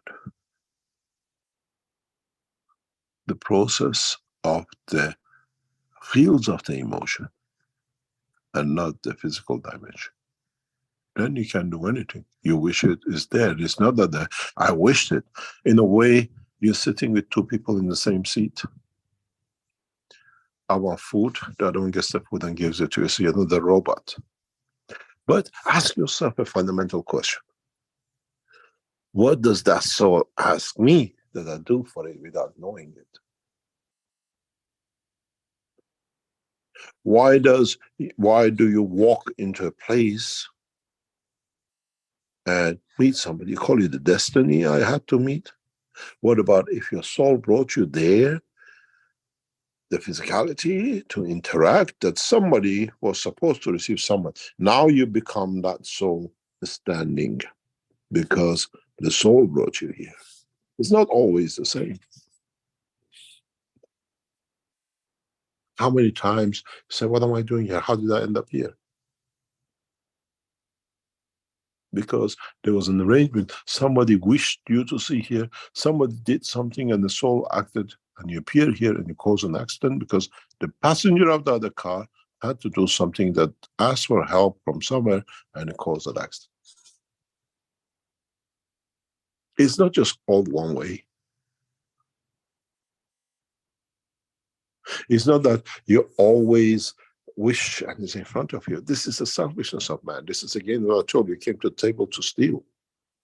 What does your physicality, how many times your physicality has gone and done things because the soul wanted? A friend wishes you, soul knows there is somebody you're looking to be loved or to see something, and you go to a supermarket and you meet a woman or a man and you fell in love and that's it. Coincidence? Or was that soul wishing to have someone to be loved and the strength is the same, so it matches. I bring the body to you. Nothing is coincidental. It's not all the way what I did, the soul, whatever. When you live, the amount you give, the amount you take. What you do, for a soul to be there to enjoy, the soul does for you. But we never understood. And this lack of understanding is 80% of the man's demise. Many of these, we call them war veterans, which they go through this huge emotion after they come back.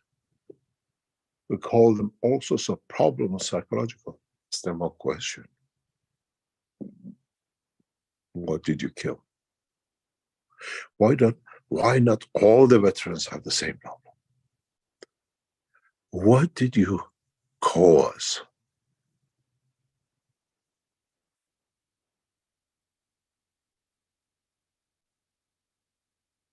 Why do you go through mayhem? Read the book, read this new thing which has come out with Prince Harry. Writing about his time and caused so many deaths. And then see why he went through the turmoil.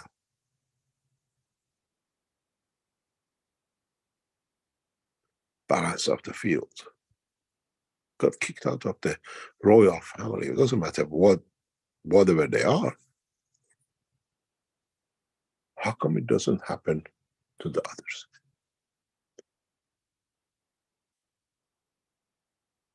Balanced income.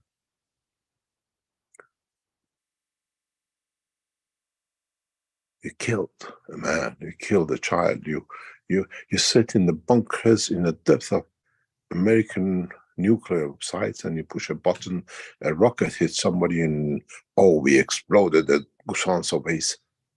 That man in that base is a father, is a brother, is somebody's son. You press the button of your own annihilation in the bunkers in the United States.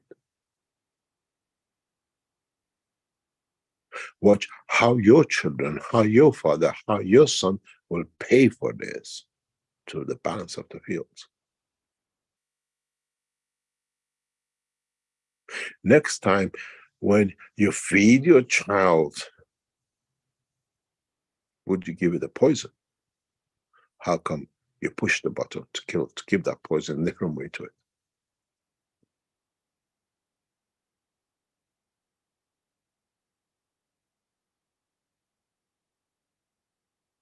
Mr. Keshe, you know, there was this guy, one time I heard him, he was talking about, he's a Persian guy, he's talking about when people interact with each other, he was explaining that when you go into interaction with people or do something, most people look at it as a, like a trade. Like, for example, I come and ask you for, I want to do something for you, Mr. Keshe, this and that, but then inside of me, I am actually planning because I expect something to get from you. When he was explaining that, I wouldn't understand it because inside of me, it never existed. For the first time I was hearing that people do things because they want something, but I couldn't understand why you do something, we want something, because because what does it mean? You do something, planning something because you want to get something? How does it work? It's a usual. I go to work, I expect to be paid. We have one of our knowledge seekers. I love this guy. He's somebody I enjoy being with. I get the time I would like to spend with him. He used to be a medical student and a doctor. He knows who is on the line. And in one of our talks, he said something which was amazing to me. He said during the Iraq-Iran war, being there as a medical person, doctor, we didn't care if it was the Iraqi or young or old. My job was to save life. We don't look at what they come, how they come. It was to save. If it was an Iraqi soldier, it was a Iranian soldier captured, or soldiers we just got young boy, old man, whatever.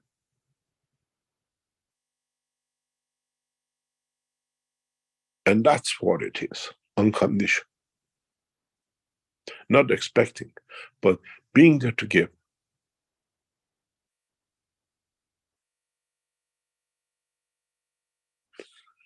And this is the essence. When you spend time with him, it's just, I call it the holiday time. And it's amazing, just the essence of his soul is different. He's an amazing guy. And I have a lot of love and respect for him. And this brings us to the point. Are we there always to take? We give something to get. We feed the chicken because we expect an egg, and then later on it's meat. We don't feed the chicken just for it to be another life to enjoy the existing. And when it stops laying egg, we slaughter it because it's no use to us anymore.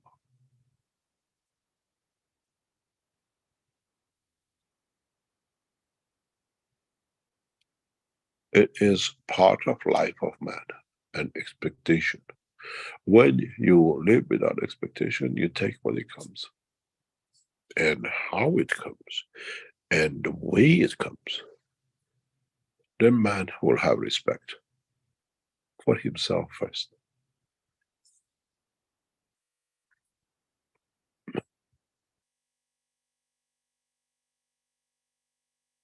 Any other question?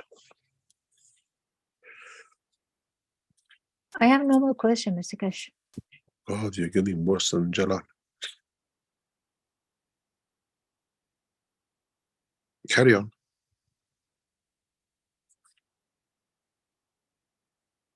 Azar, have we lost you? Mr. Keshe, I have said I have no more question. No more question. Okay, No more thank you. question. Thank you, Mr. Keshe. Have a safe trip back to Iran. Thank you. And have a real cholo kebab and just don't smell it. Thank you. Thank you very much. In the next few weeks, couple of weeks, we come to the Iranian New Year. And beginning of the new spring.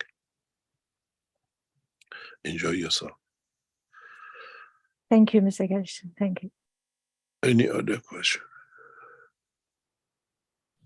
Okay, yeah, thank you, Mr. Keshe.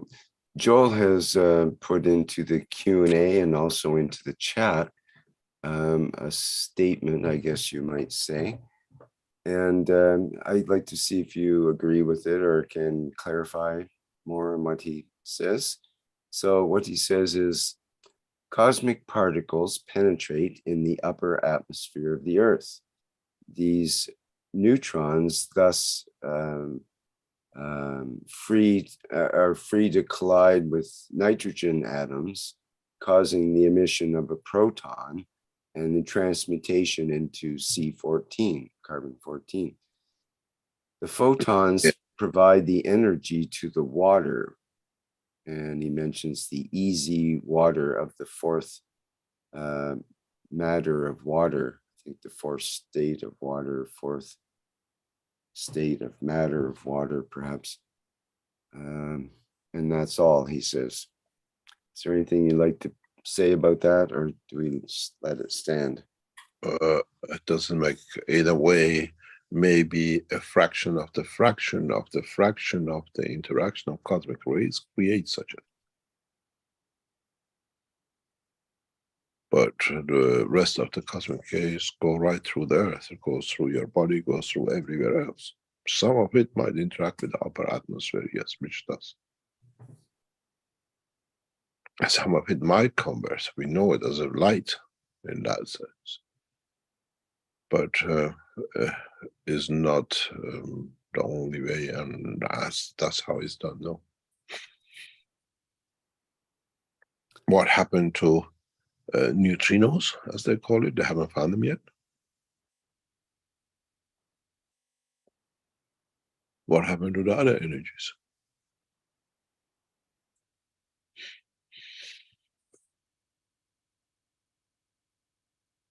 Any other question? Okay, from Florient in the Q&A. Says, so as you tell about celebrating birth, since the creation of man inside the womb of the mother, is it needed to calculate astral themes, signs, zodiac calendar from this point? That's man's decision. What happened if you take that point of conception and that point of taking air, the first breath? They say it's so horrible that the soul cries and the child follows. That's why our children of man cry when they're born.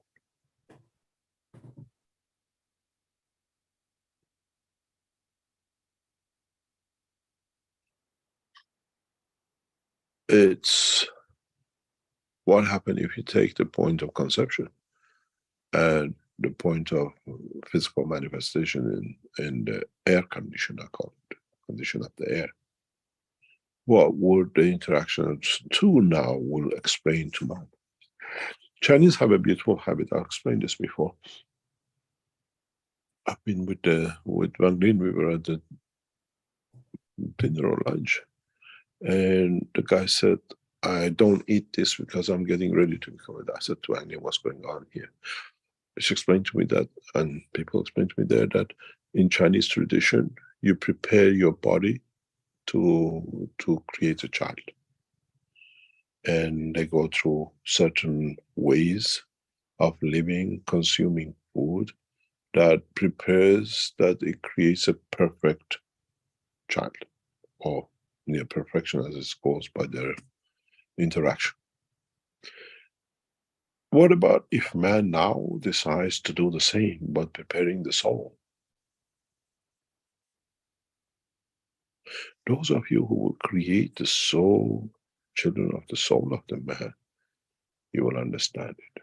And you cannot understand it till you go through it. Children of physicality are totally different than children of the soul. Your body changes. The interaction of the body field changes. Age is irrelevant because the soul dictates. Then you understand. You can have all kind of operations not to create a sperm, all kind of interactions, cut your pipes and whatever, not to have any eggs to be released, and you still can get pregnant. With the soul of the man, with the soul of the children. Many years ago, when we started this structure, and people used to come to me in Belgium, we had women in 70s, late 60s, first time, I explained this before, saying, "Mr. Keshe, we're getting our period back. What's going on?" I said, "I touch your soul. The physicality is relevant. Physicality is ready to give." They live different. They find a new life. Because even those days, I couldn't explain to people, I touch your soul. And the soul is still young, wants to give life. And I used to tell them, be careful, your grandpa, you don't become papa and mama as your grandpa. Unless you want to. We understand the knowledge. So it's easy to do. The children of the man, created through the soul, live a different life than the children of the man from the same parents who are created in the dimension of physicality. Totally different life. Different behavior, different approach.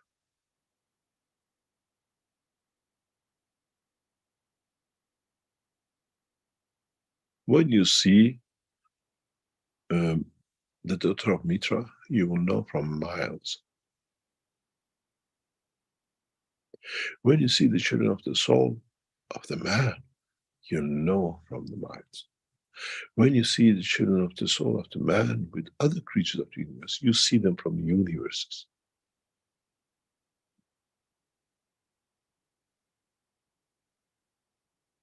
You feel them, you feel their fields, you feel their strength.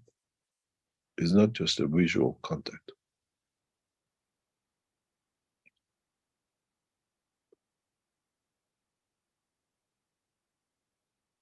But if you understand it, it's a magic. It's not a magic anymore, because you understand how you do it. It's you in your brain who can switch, the same as I explained to Azar. Switch not to get drowned. You switch to create the essence of the best of the universe within you to create another sun, another soul.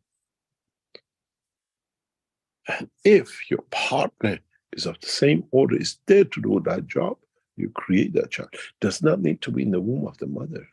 Is in the womb of the universe.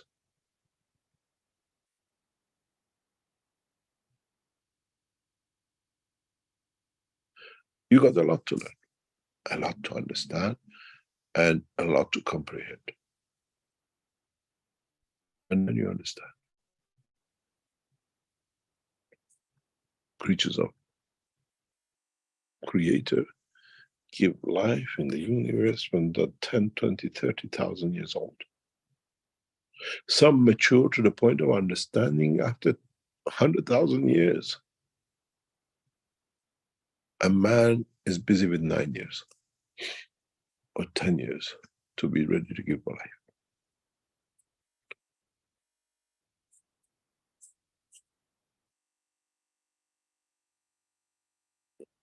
Man has not seen the elephants of the universe when they give birth and how long they take to be the perfection.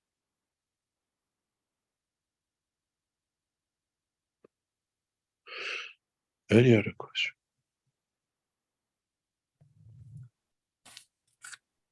Okay, we have a question from Nikolai before we get to Dean with a hand up here.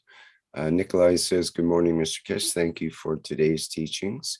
In relation to today's teaching, what happens in the physical body and the soul when people go on a water fast for days or weeks, or a dry fast, as when no water is taken on purpose? It depends how you tune your body to what to receive. You don't need to go water fasting or dry fasting or no food fasting. You can go without eating fasting for centuries. If you know how to look, how to absorb energy that covers the full spectrum of the need of the physicality and the soul. You're not the only one eating, the soul eats too. It needs energy for it to survive.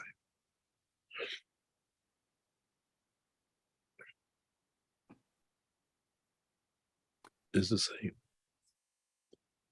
You got to, if you can train the body, you can fast for anything. They call it abstinence. I don't touch chocolate.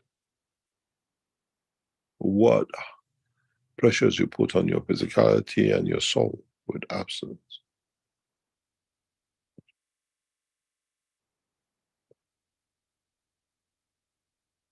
It creates another problem if you have not managed to find the solution for it to be absorbed differently. And you can go for so many times, you tune your body to get the energy of the hydrogen or energy of the life in carbon 14 from the universe. Now is fashionable intermittent fasting. You eat for 6 hours whether you like, and 18 hours you don't touch food. Many sports people are doing it now. And they feel good with it. And they choose when they do their exercise within the intermittent fasting. And it works. You eat at 6 o'clock at night and you don't touch any food till 9 o'clock or 12 o'clock the next day. By 9 o'clock, 15 hours, you consume certain kind of energy, and from 15 hours to 18 hours, you consume other kind of energy from your cell body. And you release certain energies. And then you choose if you're going to do your sports 9 o'clock at night, or 6 o'clock in the morning before you eat, or just before lunchtime you do it. And you gain a lot of energy. Your body just clocks in. It's a beautiful cycle if you can do it. But then you need specific kind of, what do you call it, fitness. A fitness program to keep yourself fit. And the body just moves. You just live a different kind of life than you expect. But if you leave it, it lasts for about 12 months, 18 months, and the body goes back to the past.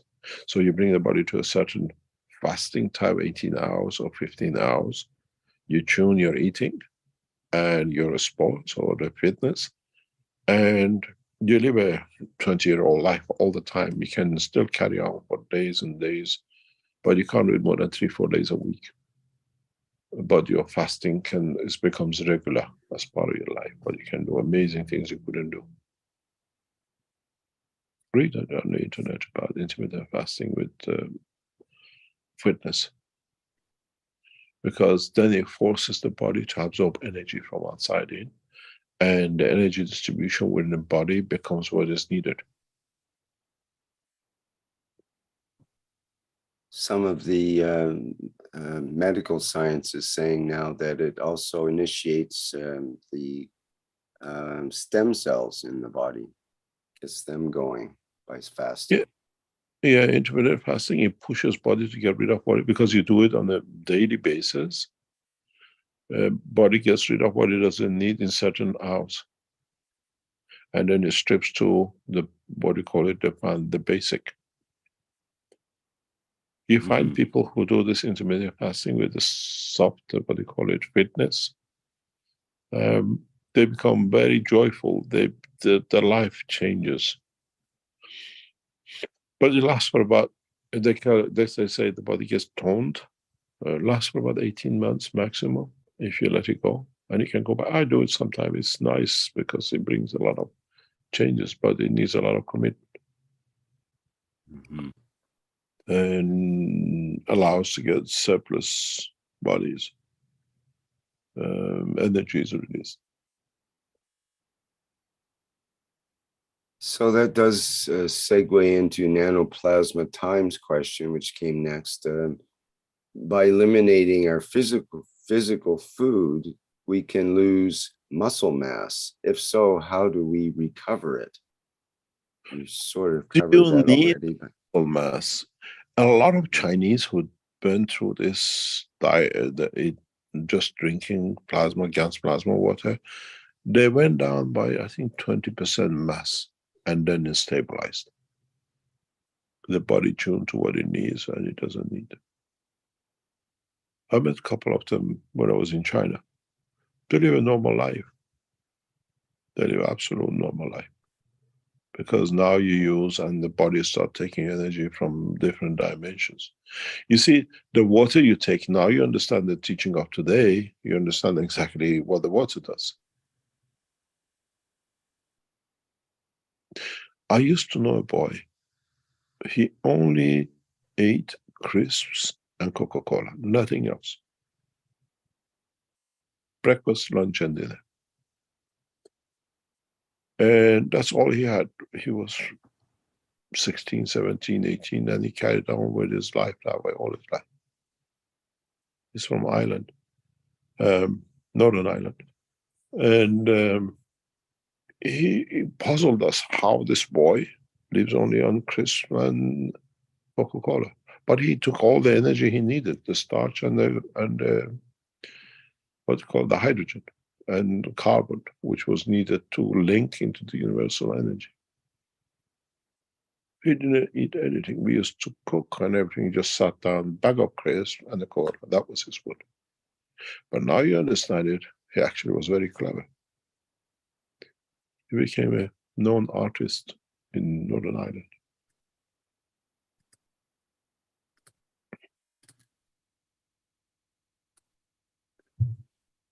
Okay, So, thank you. Oh, sorry, go ahead. carry Dean, maybe we can hear from Dean now. Thank you, Rick. Good morning, Mr. Keshe. Mr. Keshe, you spoke about earlier on with us, or you were speaking about the eye, and you explained about this process of where you start to manifest what your thoughts and intentions.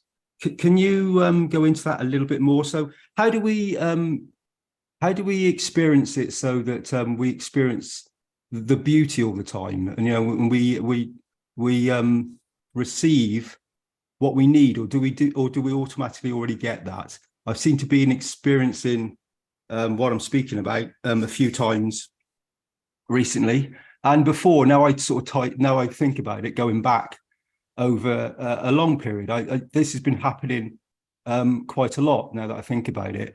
Is this something that happens for all of us continuously? Can you repeat again? So this process, Mr. Keshe, of receiving in front of us through the eye, the manifestation of what we are thinking about, how do we turn it into a position where we just receive, the beauty of something, of what we need as a soul, or on our in our physicality, that enhances us and creates a condition that would help others? 2 points. Would the others like to receive it from you? Or you take your fruit to the market that you have no customers? You understand? Or was it a gift for you to receive without expectation to give any more? You became the last point.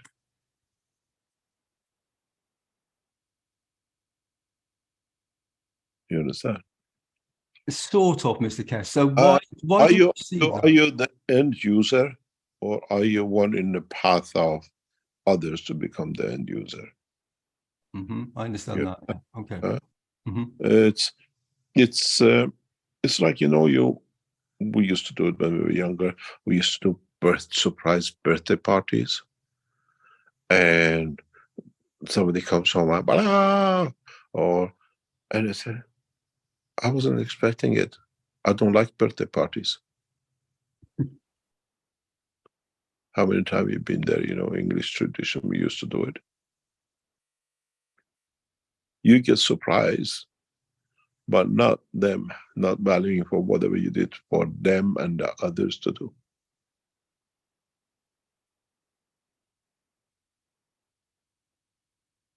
Yeah, that explains a lot. Yeah.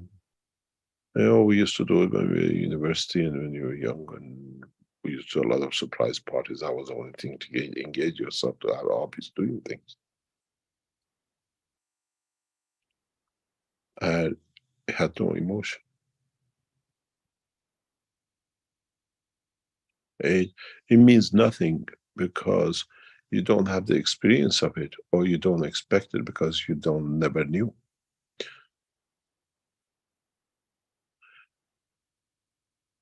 And I've had that experience at a very young age, watching it. When a father was literally slaughtering his son, battering him, and I said to my dad, what's going on? And my mom and dad, we were at a lunch table sitting by a river. I remember clearly at his house. He had the river going through his house. He said, I was brought up in an orphanage. I don't know what, this is how I was treated. That's how I treat my children. We could not understand there is a way of loving. The only love he received, which touched him for the rest of his life, he became personal bodyguard of the Shah of Iran. And the Shah showed him a lot of love and care like a father. And he gave his life for him. At the end, he gave his life for him too.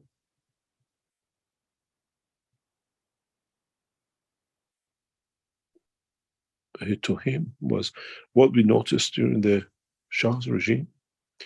people around him, he realized something very strange, that we don't look at it. Psychologically, he picked orphans from orphanages and gave these people a lot of attention and love, what they were looking for.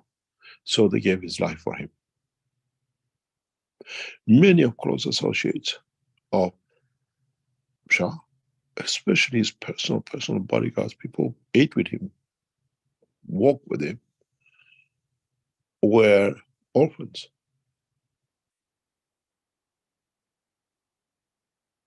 Because he understood the value of love.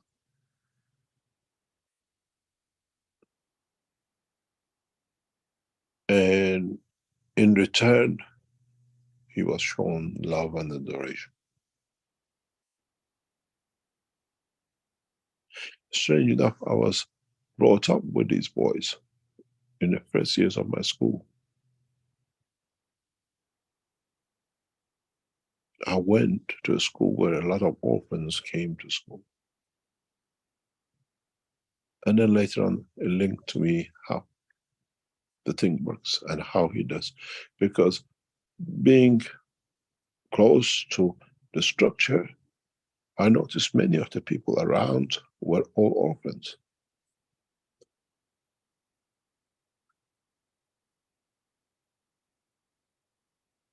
Even some as orphans were put in education and high education as doctors by his father.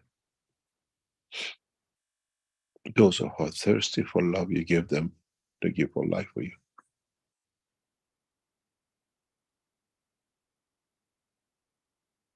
And this is how it works. If you haven't had it, you don't understand it. You have no value for it. Doesn't matter if I give it the best party. You don't know what the birthday is. I speak a lot of people, birthday party is nothing. We never celebrated when we were young, when in our family doesn't exist. Why do we need to do this?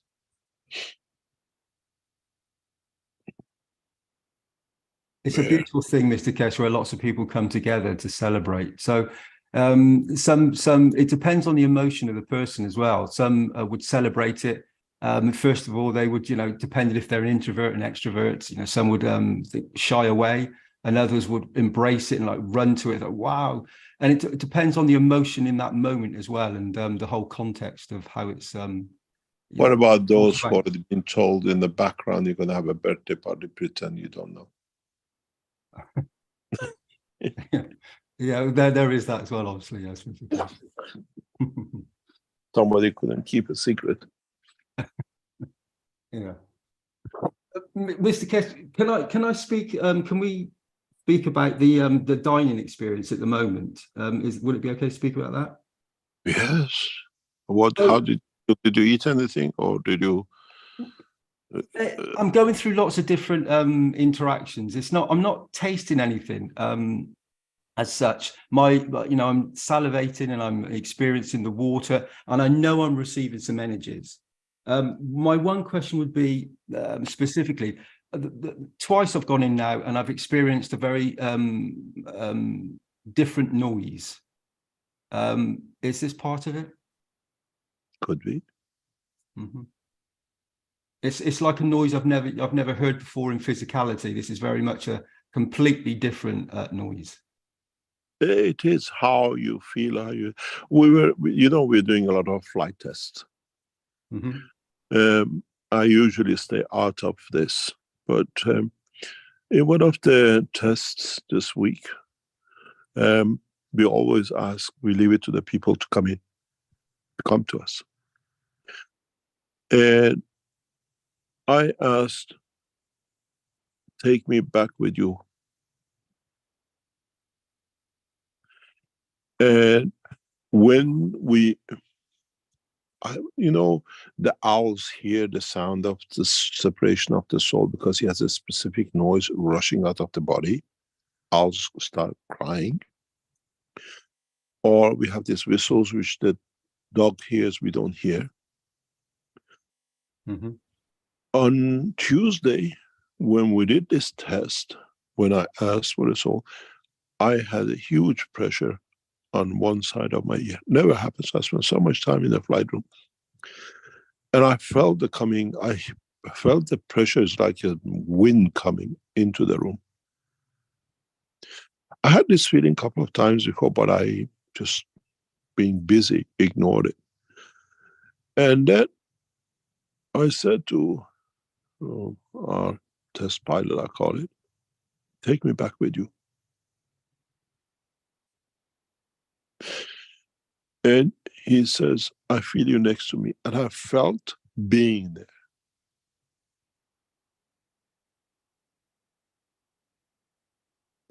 But I felt that pressure, it's like a noise pressure, you call it. But like I explained to him, it's like, when you get on the plane, the compression, it comes in your ear. And it was just for a few seconds during that test, few minutes.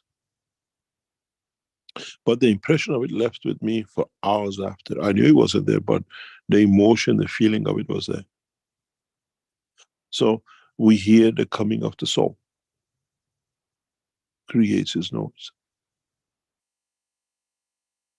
That's funny, Mr. Keshe, because on my path a while ago, I met somebody who was, and I heard this owl hooting so many times, and he claimed that he was part of this, and he had very strong certain body conditions on his nails and things that it was yeah. Yeah, that takes me back now to a position that I've understood a little while ago. Yeah, but it says the owls have in the system, hearing system, that they feel the rush of what could be the emotion of the soul leaving. And you hear them. They usually place themselves near the body, and they go through the process of death, the separation. And they hear it, it attracts them. And it's like, it gets drawn into it, and they sing with it. And they won't move from the position. You can shoo them, they come back and sit there till the process is completed. Years ago, when we used to live in Tiham, there was a house 2 meters apart from us. And I said, I could hear the owl. And I said that the guy next door is dying, he's leaving his body. And the next morning when we woke up, we were told that yes, at that time he died. And I've seen this many times. The owl sings and everything, but when it comes to the noise of the soul, they sing totally different way. Their behavior is different.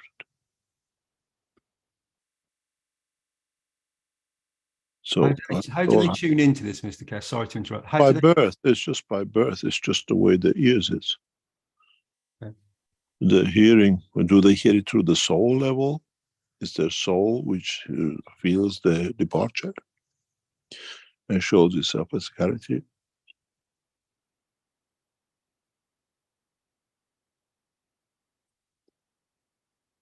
I've seen this many times. Well, you hear owls singing and whatever, mating, that's different.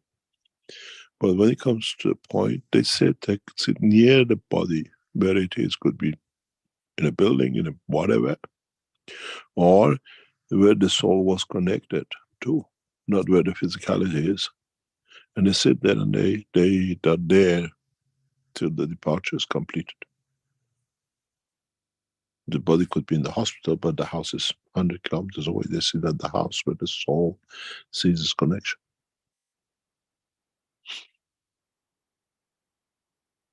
So, Ms. Keshe, does that explain many times I've noticed with knowledge seekers that are enjoying plasma and the conditions of plasma, and you hear birds singing in the background, and there's an interaction with birds at a certain point.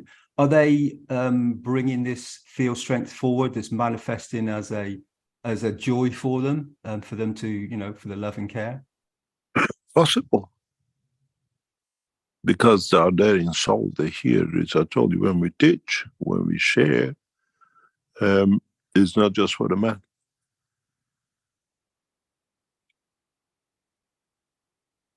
It's for the soul of the creation. So doesn't need a voice.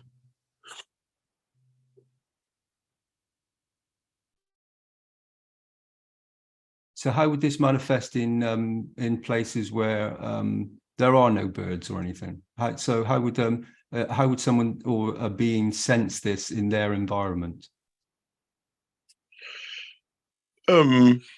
Maybe you have no senses. Maybe no. Sometimes you feel, oh, this happened to my brother or my child or whatever, and you call and say, yes, something happened or something is happening. We don't need to be there. We connected through the soul. We understand it. And you feel it. I feel a lot of these things because personally I experience it. I understand the logic there.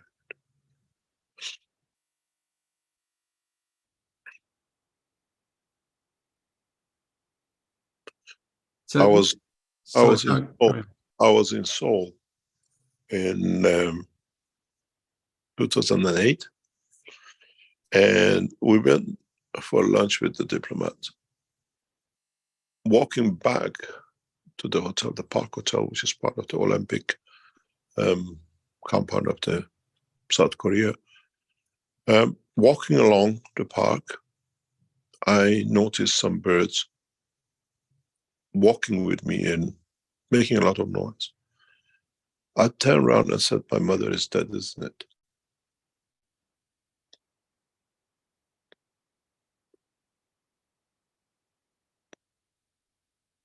You just bring me the message. I walked into the hotel, I walked in the room, the phone rang, and they told me my mother has passed away. I already knew before I get to the phone.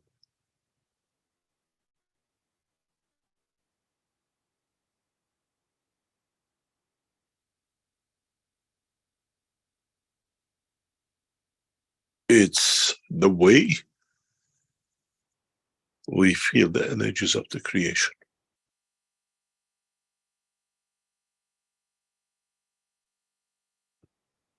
I said, I already knew.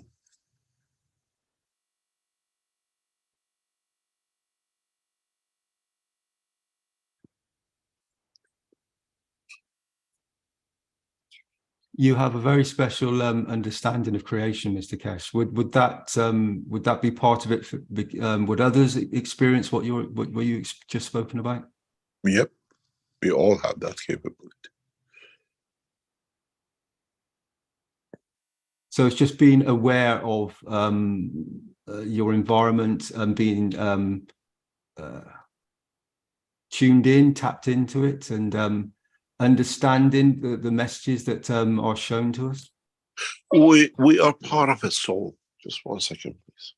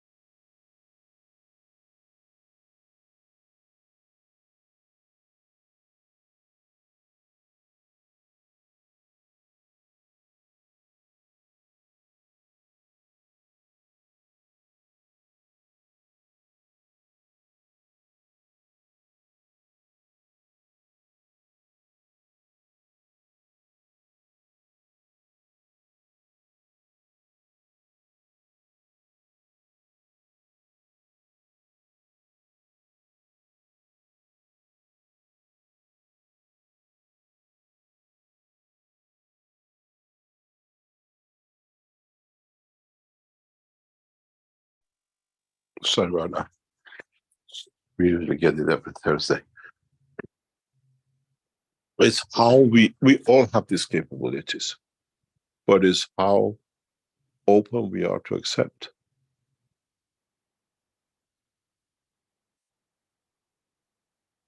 And how we are, we see the truth, what it is. We all have that capabilities. You say, oh, I knew, but why did I do it? I knew if I come, this will be the outcome. Why do I do it? So good question, Ms. Keshe. So why do? Because we are process of part of a process to understand more for ourselves or for others to understand. I go through this and I experience it. Through that experience, I know we were with my children in East Flanders, and suddenly it was decided that we go for a family ride on horses. But as we came in, they said you have to wait till the horses are ready or whatever. They were waiting for some to come back, and then we can go. So we hung around for some time, and we were walking around the stables. I came across this black and white, very small horse. And I said to him, you come here to take my life. It won't happen today, I'm not ready. And I went walking and came back, and the horse was still looking at me, and I said, not today. You're not taking me. I'm not finished. We went to the mountains, and out of nowhere, actually the guy, because it was 5 or 6 of us, said, choose your horse. I happened to go on that horse. And we went in the mountains. And out of nowhere, this horse jackknifed. And I fell in the mountains, broke all my ribs. And later on I said to them, what happened? And they said, you're stupid, you shouldn't have picked him up because you knew it was going to be there. I said, no, it had a purpose. They pulled me up the mountains, I went through the coma and everything else, and I was given no chance to live. 14 days later, I gave a lecture, proving the technology can survive with all the internal damages and bleeding. 7 days it took me to heal myself from ruptured lung, liver, and everything else, and 10 broken bones on one side. But I knew what that horse was there for.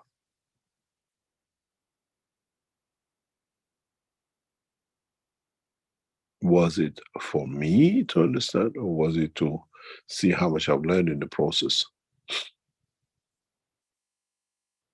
They shipped me with an ambulance from East Flanders to West Flanders to die in the hospital.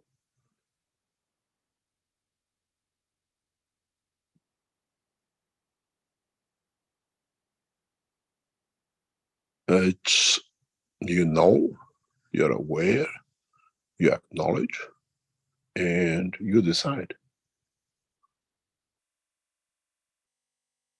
When you say you decide, Mr. Keshe, is this the soul of man or the soul of physicality? It's the purpose of the soul. What's your purpose as a soul? I know the time, the place, and the position in which I will leave this physicality. Don't forget, I left it many times, so I'm expert in knowing what's going to happen. It won't be, my death won't be accidental. The Israelis bombed me in Istanbul a few months ago. The Belgians blew the car up. The Belgians poisoned me. Everything else which has gone around. They killed 5 people trying to kill me. Time is not there. We have this in the history of man. I'm not the only one. Bob, bless his name, when they put him against the wall and some 900 soldiers shot at him, he said, I'm not finished. We're not finished. They came, he was disappeared. They brought him, their father in the room because he was still doing his job. When he finishes, now you can take me. Read about the story of Bob, the life of Bob and his execution in Iran. You don't need to be, and when you know there is a time, you come the time. 900 guns shooting at one body. He went back to where it was. The resurrection, this is what Christ did. Bob repeated the resurrection.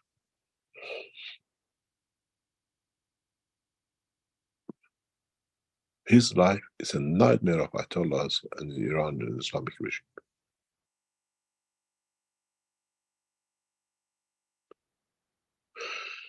Who can I just quickly ask, Ms. Keshe? Sorry, I don't know the story. So who was Bob?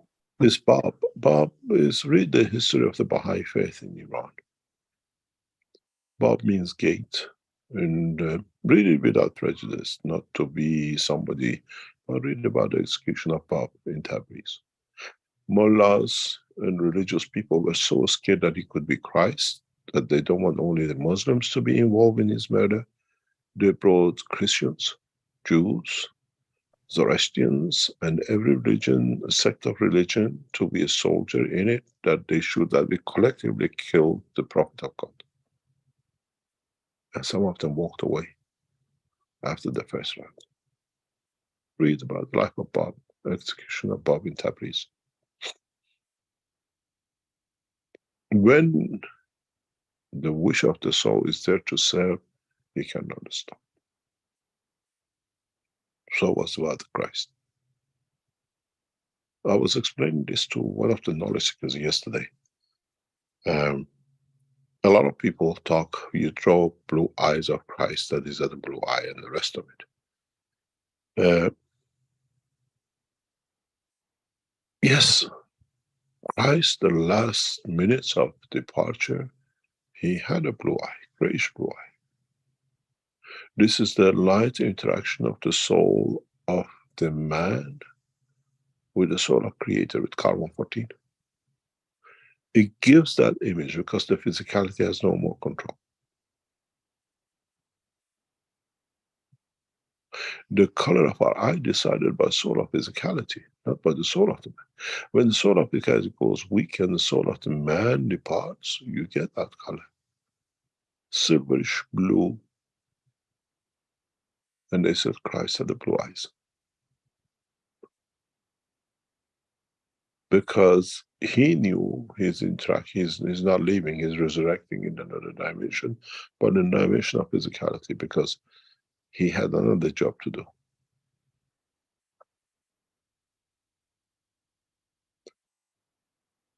Bob did the same.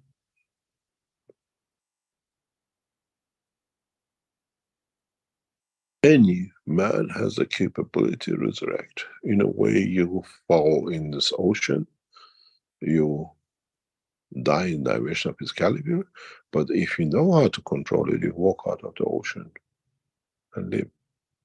Is that resurrection on understanding the knowledge of the creation? This is where the soul, I said, you go in an accident, you walk away because the soul says it's not time for it to go. Was that the guy a Bob or a Christ? Or is that through the eye, when the two live, the soul protects the physicality? You hit a wind. What happens when you hit the wind? Energy. It's the same when the soul takes over the physicality and cocoons it.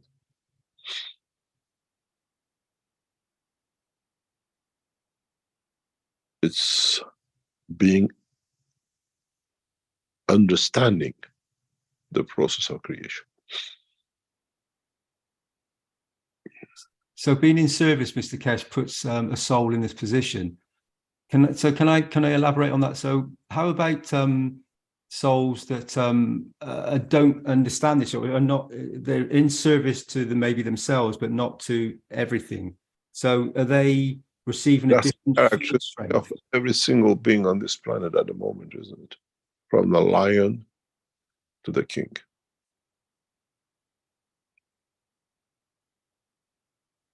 Serving themselves.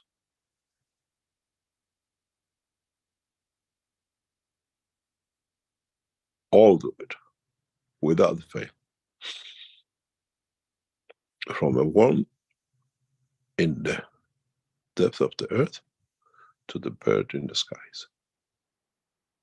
Is all serving their soul. Serving themselves.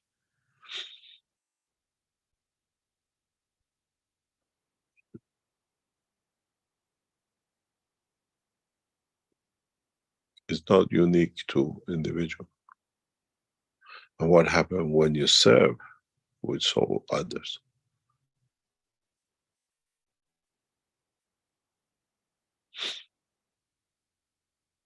Now, how does the soul change that position, Mr. Keshe, so that let's say the worm and the bird, how would they know? How they have to feel this? They have to be elevated. How would they receive this? In a way, part of it is Earth being a nursery for those seeds for the rest of the universe.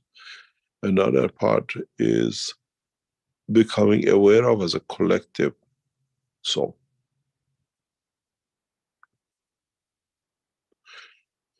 When you feed humanity through the soul, that it feeds the physicality, you can't just put carbon-14 in. You have to put the amalgamation of the fields that it links to every part of their existence. Then you serve. You can take the horse to the water, but you can't get it to drink because it's not sweet enough. Even this water has got some salt in it, doesn't go to my taste. You have to provide a spectrum of not only carbon-14, you have to provide a spectrum of conversion tools like the calcium.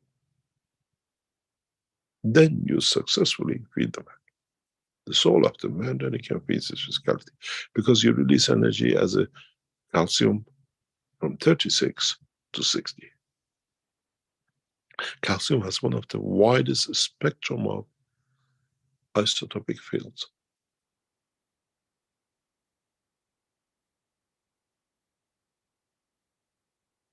Covers at the lowest level of energy 3 times carbon-12 to 5 times carbon-12, 60.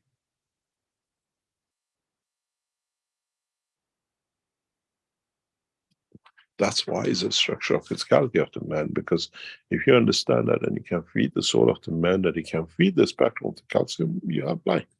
You can feed the man for life.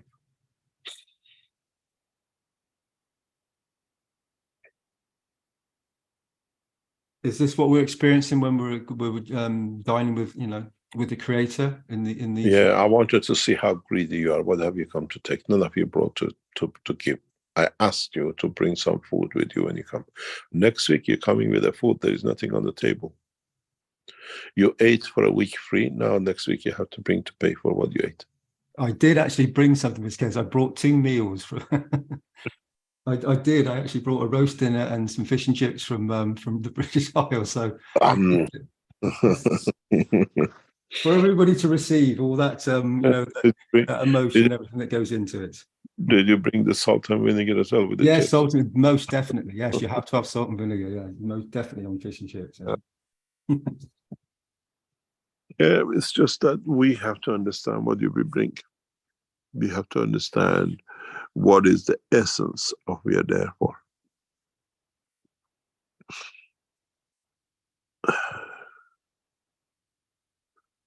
Any other question?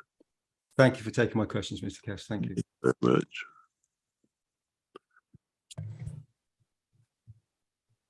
Okay, we're getting our questions cleaned up good here. IAM has a question in the YouTube. Good day, Mr. Keshe. When my soul exited my body, can you explain why it felt like an electrical circuit disconnected from the physicality? Is the interaction of the 2 plasmas. One is what you call your spirit and one you call your soul. That always has that interaction. You always get it. Some people see it as a light. Some people see it as electric shock. Or some people see it like a shiver. We call it like a shiver. But it's 2 plasmas interacting, interchanging, overcoming the other. and it's instantaneous. That's why if you've been with us in the flight system, we never tell you, as I said before, fly to. We tell you, can you go to? Because it's instantaneous. You expand the soul to the point and dimension of the receive. These new head units we put out, they will bring you to the point to see your creator if you understand it, how to use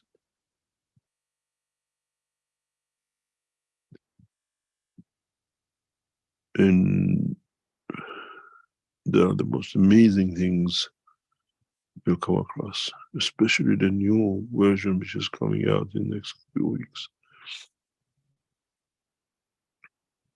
And it is part of process creation.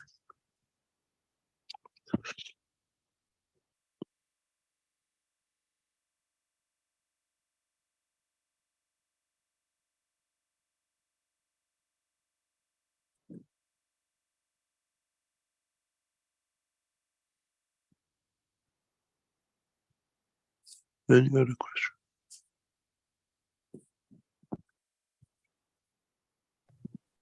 I'm hard pressed to find other questions here, Mr. Keshe. Good.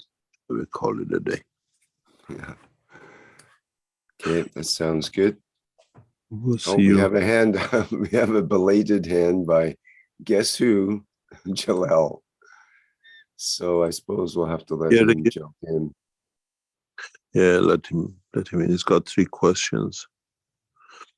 Okay, I will be very good guy today. Yes, Jalal. Hi, everyone. Hi, Mr. Keshe. Thank you, Rick. Mr. Keshe, why always I am the bad guy here? You're not a bad guy. You are actually a very good guy. You have you entice people to do things and then they follow it. So the next time, please, can you say you are good as Jalal, not worse than Jalal? As good as bad as Jalal. That's good. Okay. Mr. Keshe, if we say that solar system is a cell, and this is from what we learned from you, whatever come across this cell, it will change in the condition of the cell, yes? Yeah. Depends if you accept something from it.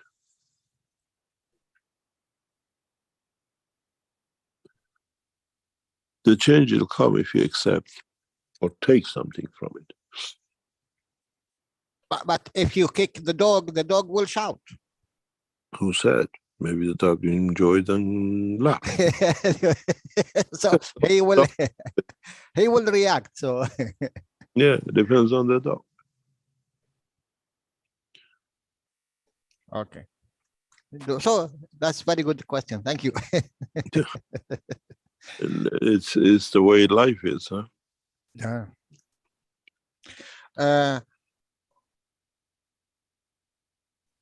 No, leave it.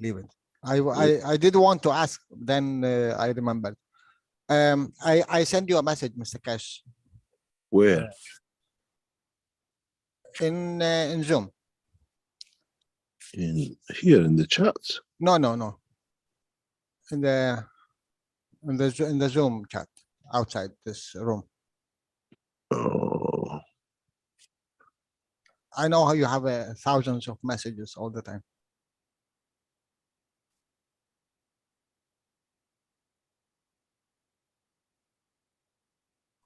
We will see about this later.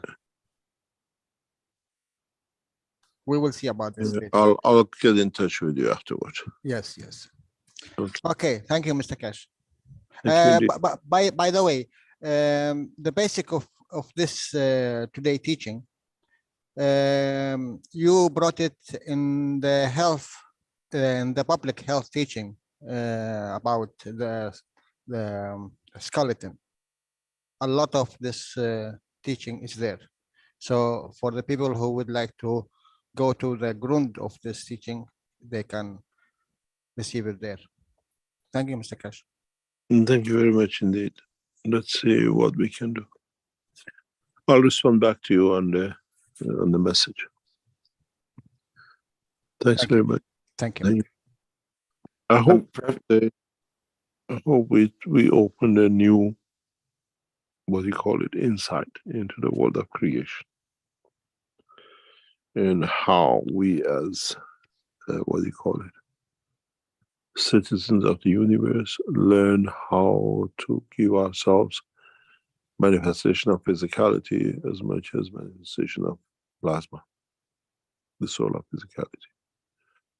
They wasn't just to teach about how we receive cosmic rays, was how we can use this to give ourselves dimension of physicality in other dimensions. And it's got to be understood in its full capabilities that we can go to the next step. I'm sure next time we'll give you some more understanding.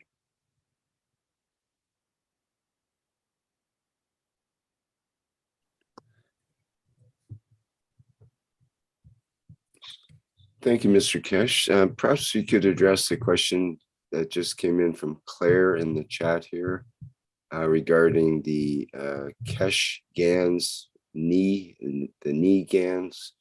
Can it be applied to a broken tooth or regrowing damaged teeth as well? No. It's a different. Okay. Totally different. This knee trial has brought a lot of interest. We've seen a lot of questions around it, a lot of people trying to find out if we can.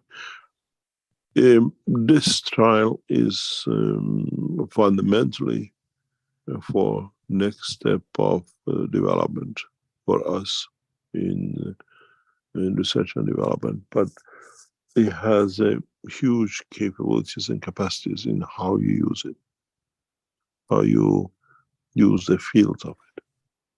And those of you who have taken the option to join the trial, try to explore the possibilities of its use in the given space we have indicated. We got to understand this fully. This creates a field of matter state. That's what it is. And this is important. And partially you will learn how to convert energies to matter. This is part of the structure. But the live combination is beautiful the way it works, if you understand how to use it, and how you apply it and implement it, and what you accept to be.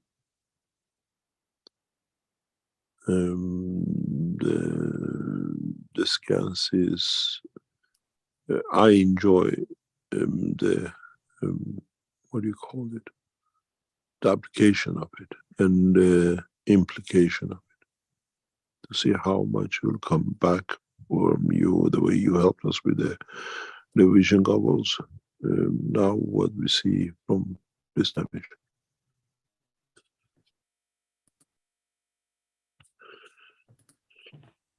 And we call it a day. Yes, thank you very much, Mr. Keshe. Thank you very much indeed. I think this teaching of today will be one of the most historical teachings of the Keshe Foundation, if you understood it. Man, understand what takes energy. Yes, Kalan. Mr. Keshe, do my 100 euro still valid in your bucket? What do you mean? I have a purpose of that. Is your 100 euro valid in the pocket? I don't understand. You said you will keep my 100 euro as a souvenir. Ah.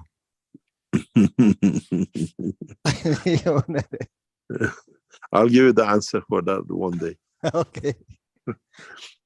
Bye, Thank you. Mr. Keshe. Thank you.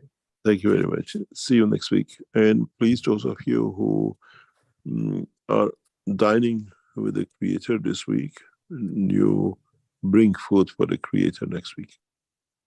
You'll run for the whole week. On the 24th, join us with meeting the world leaders to bring the change for the peace. And in April, we announce for those of you who are entangling and you got family members with drug addiction as a whole. And that will bring a huge change for us. We put up the April meeting very soon on the Keshe Foundation side.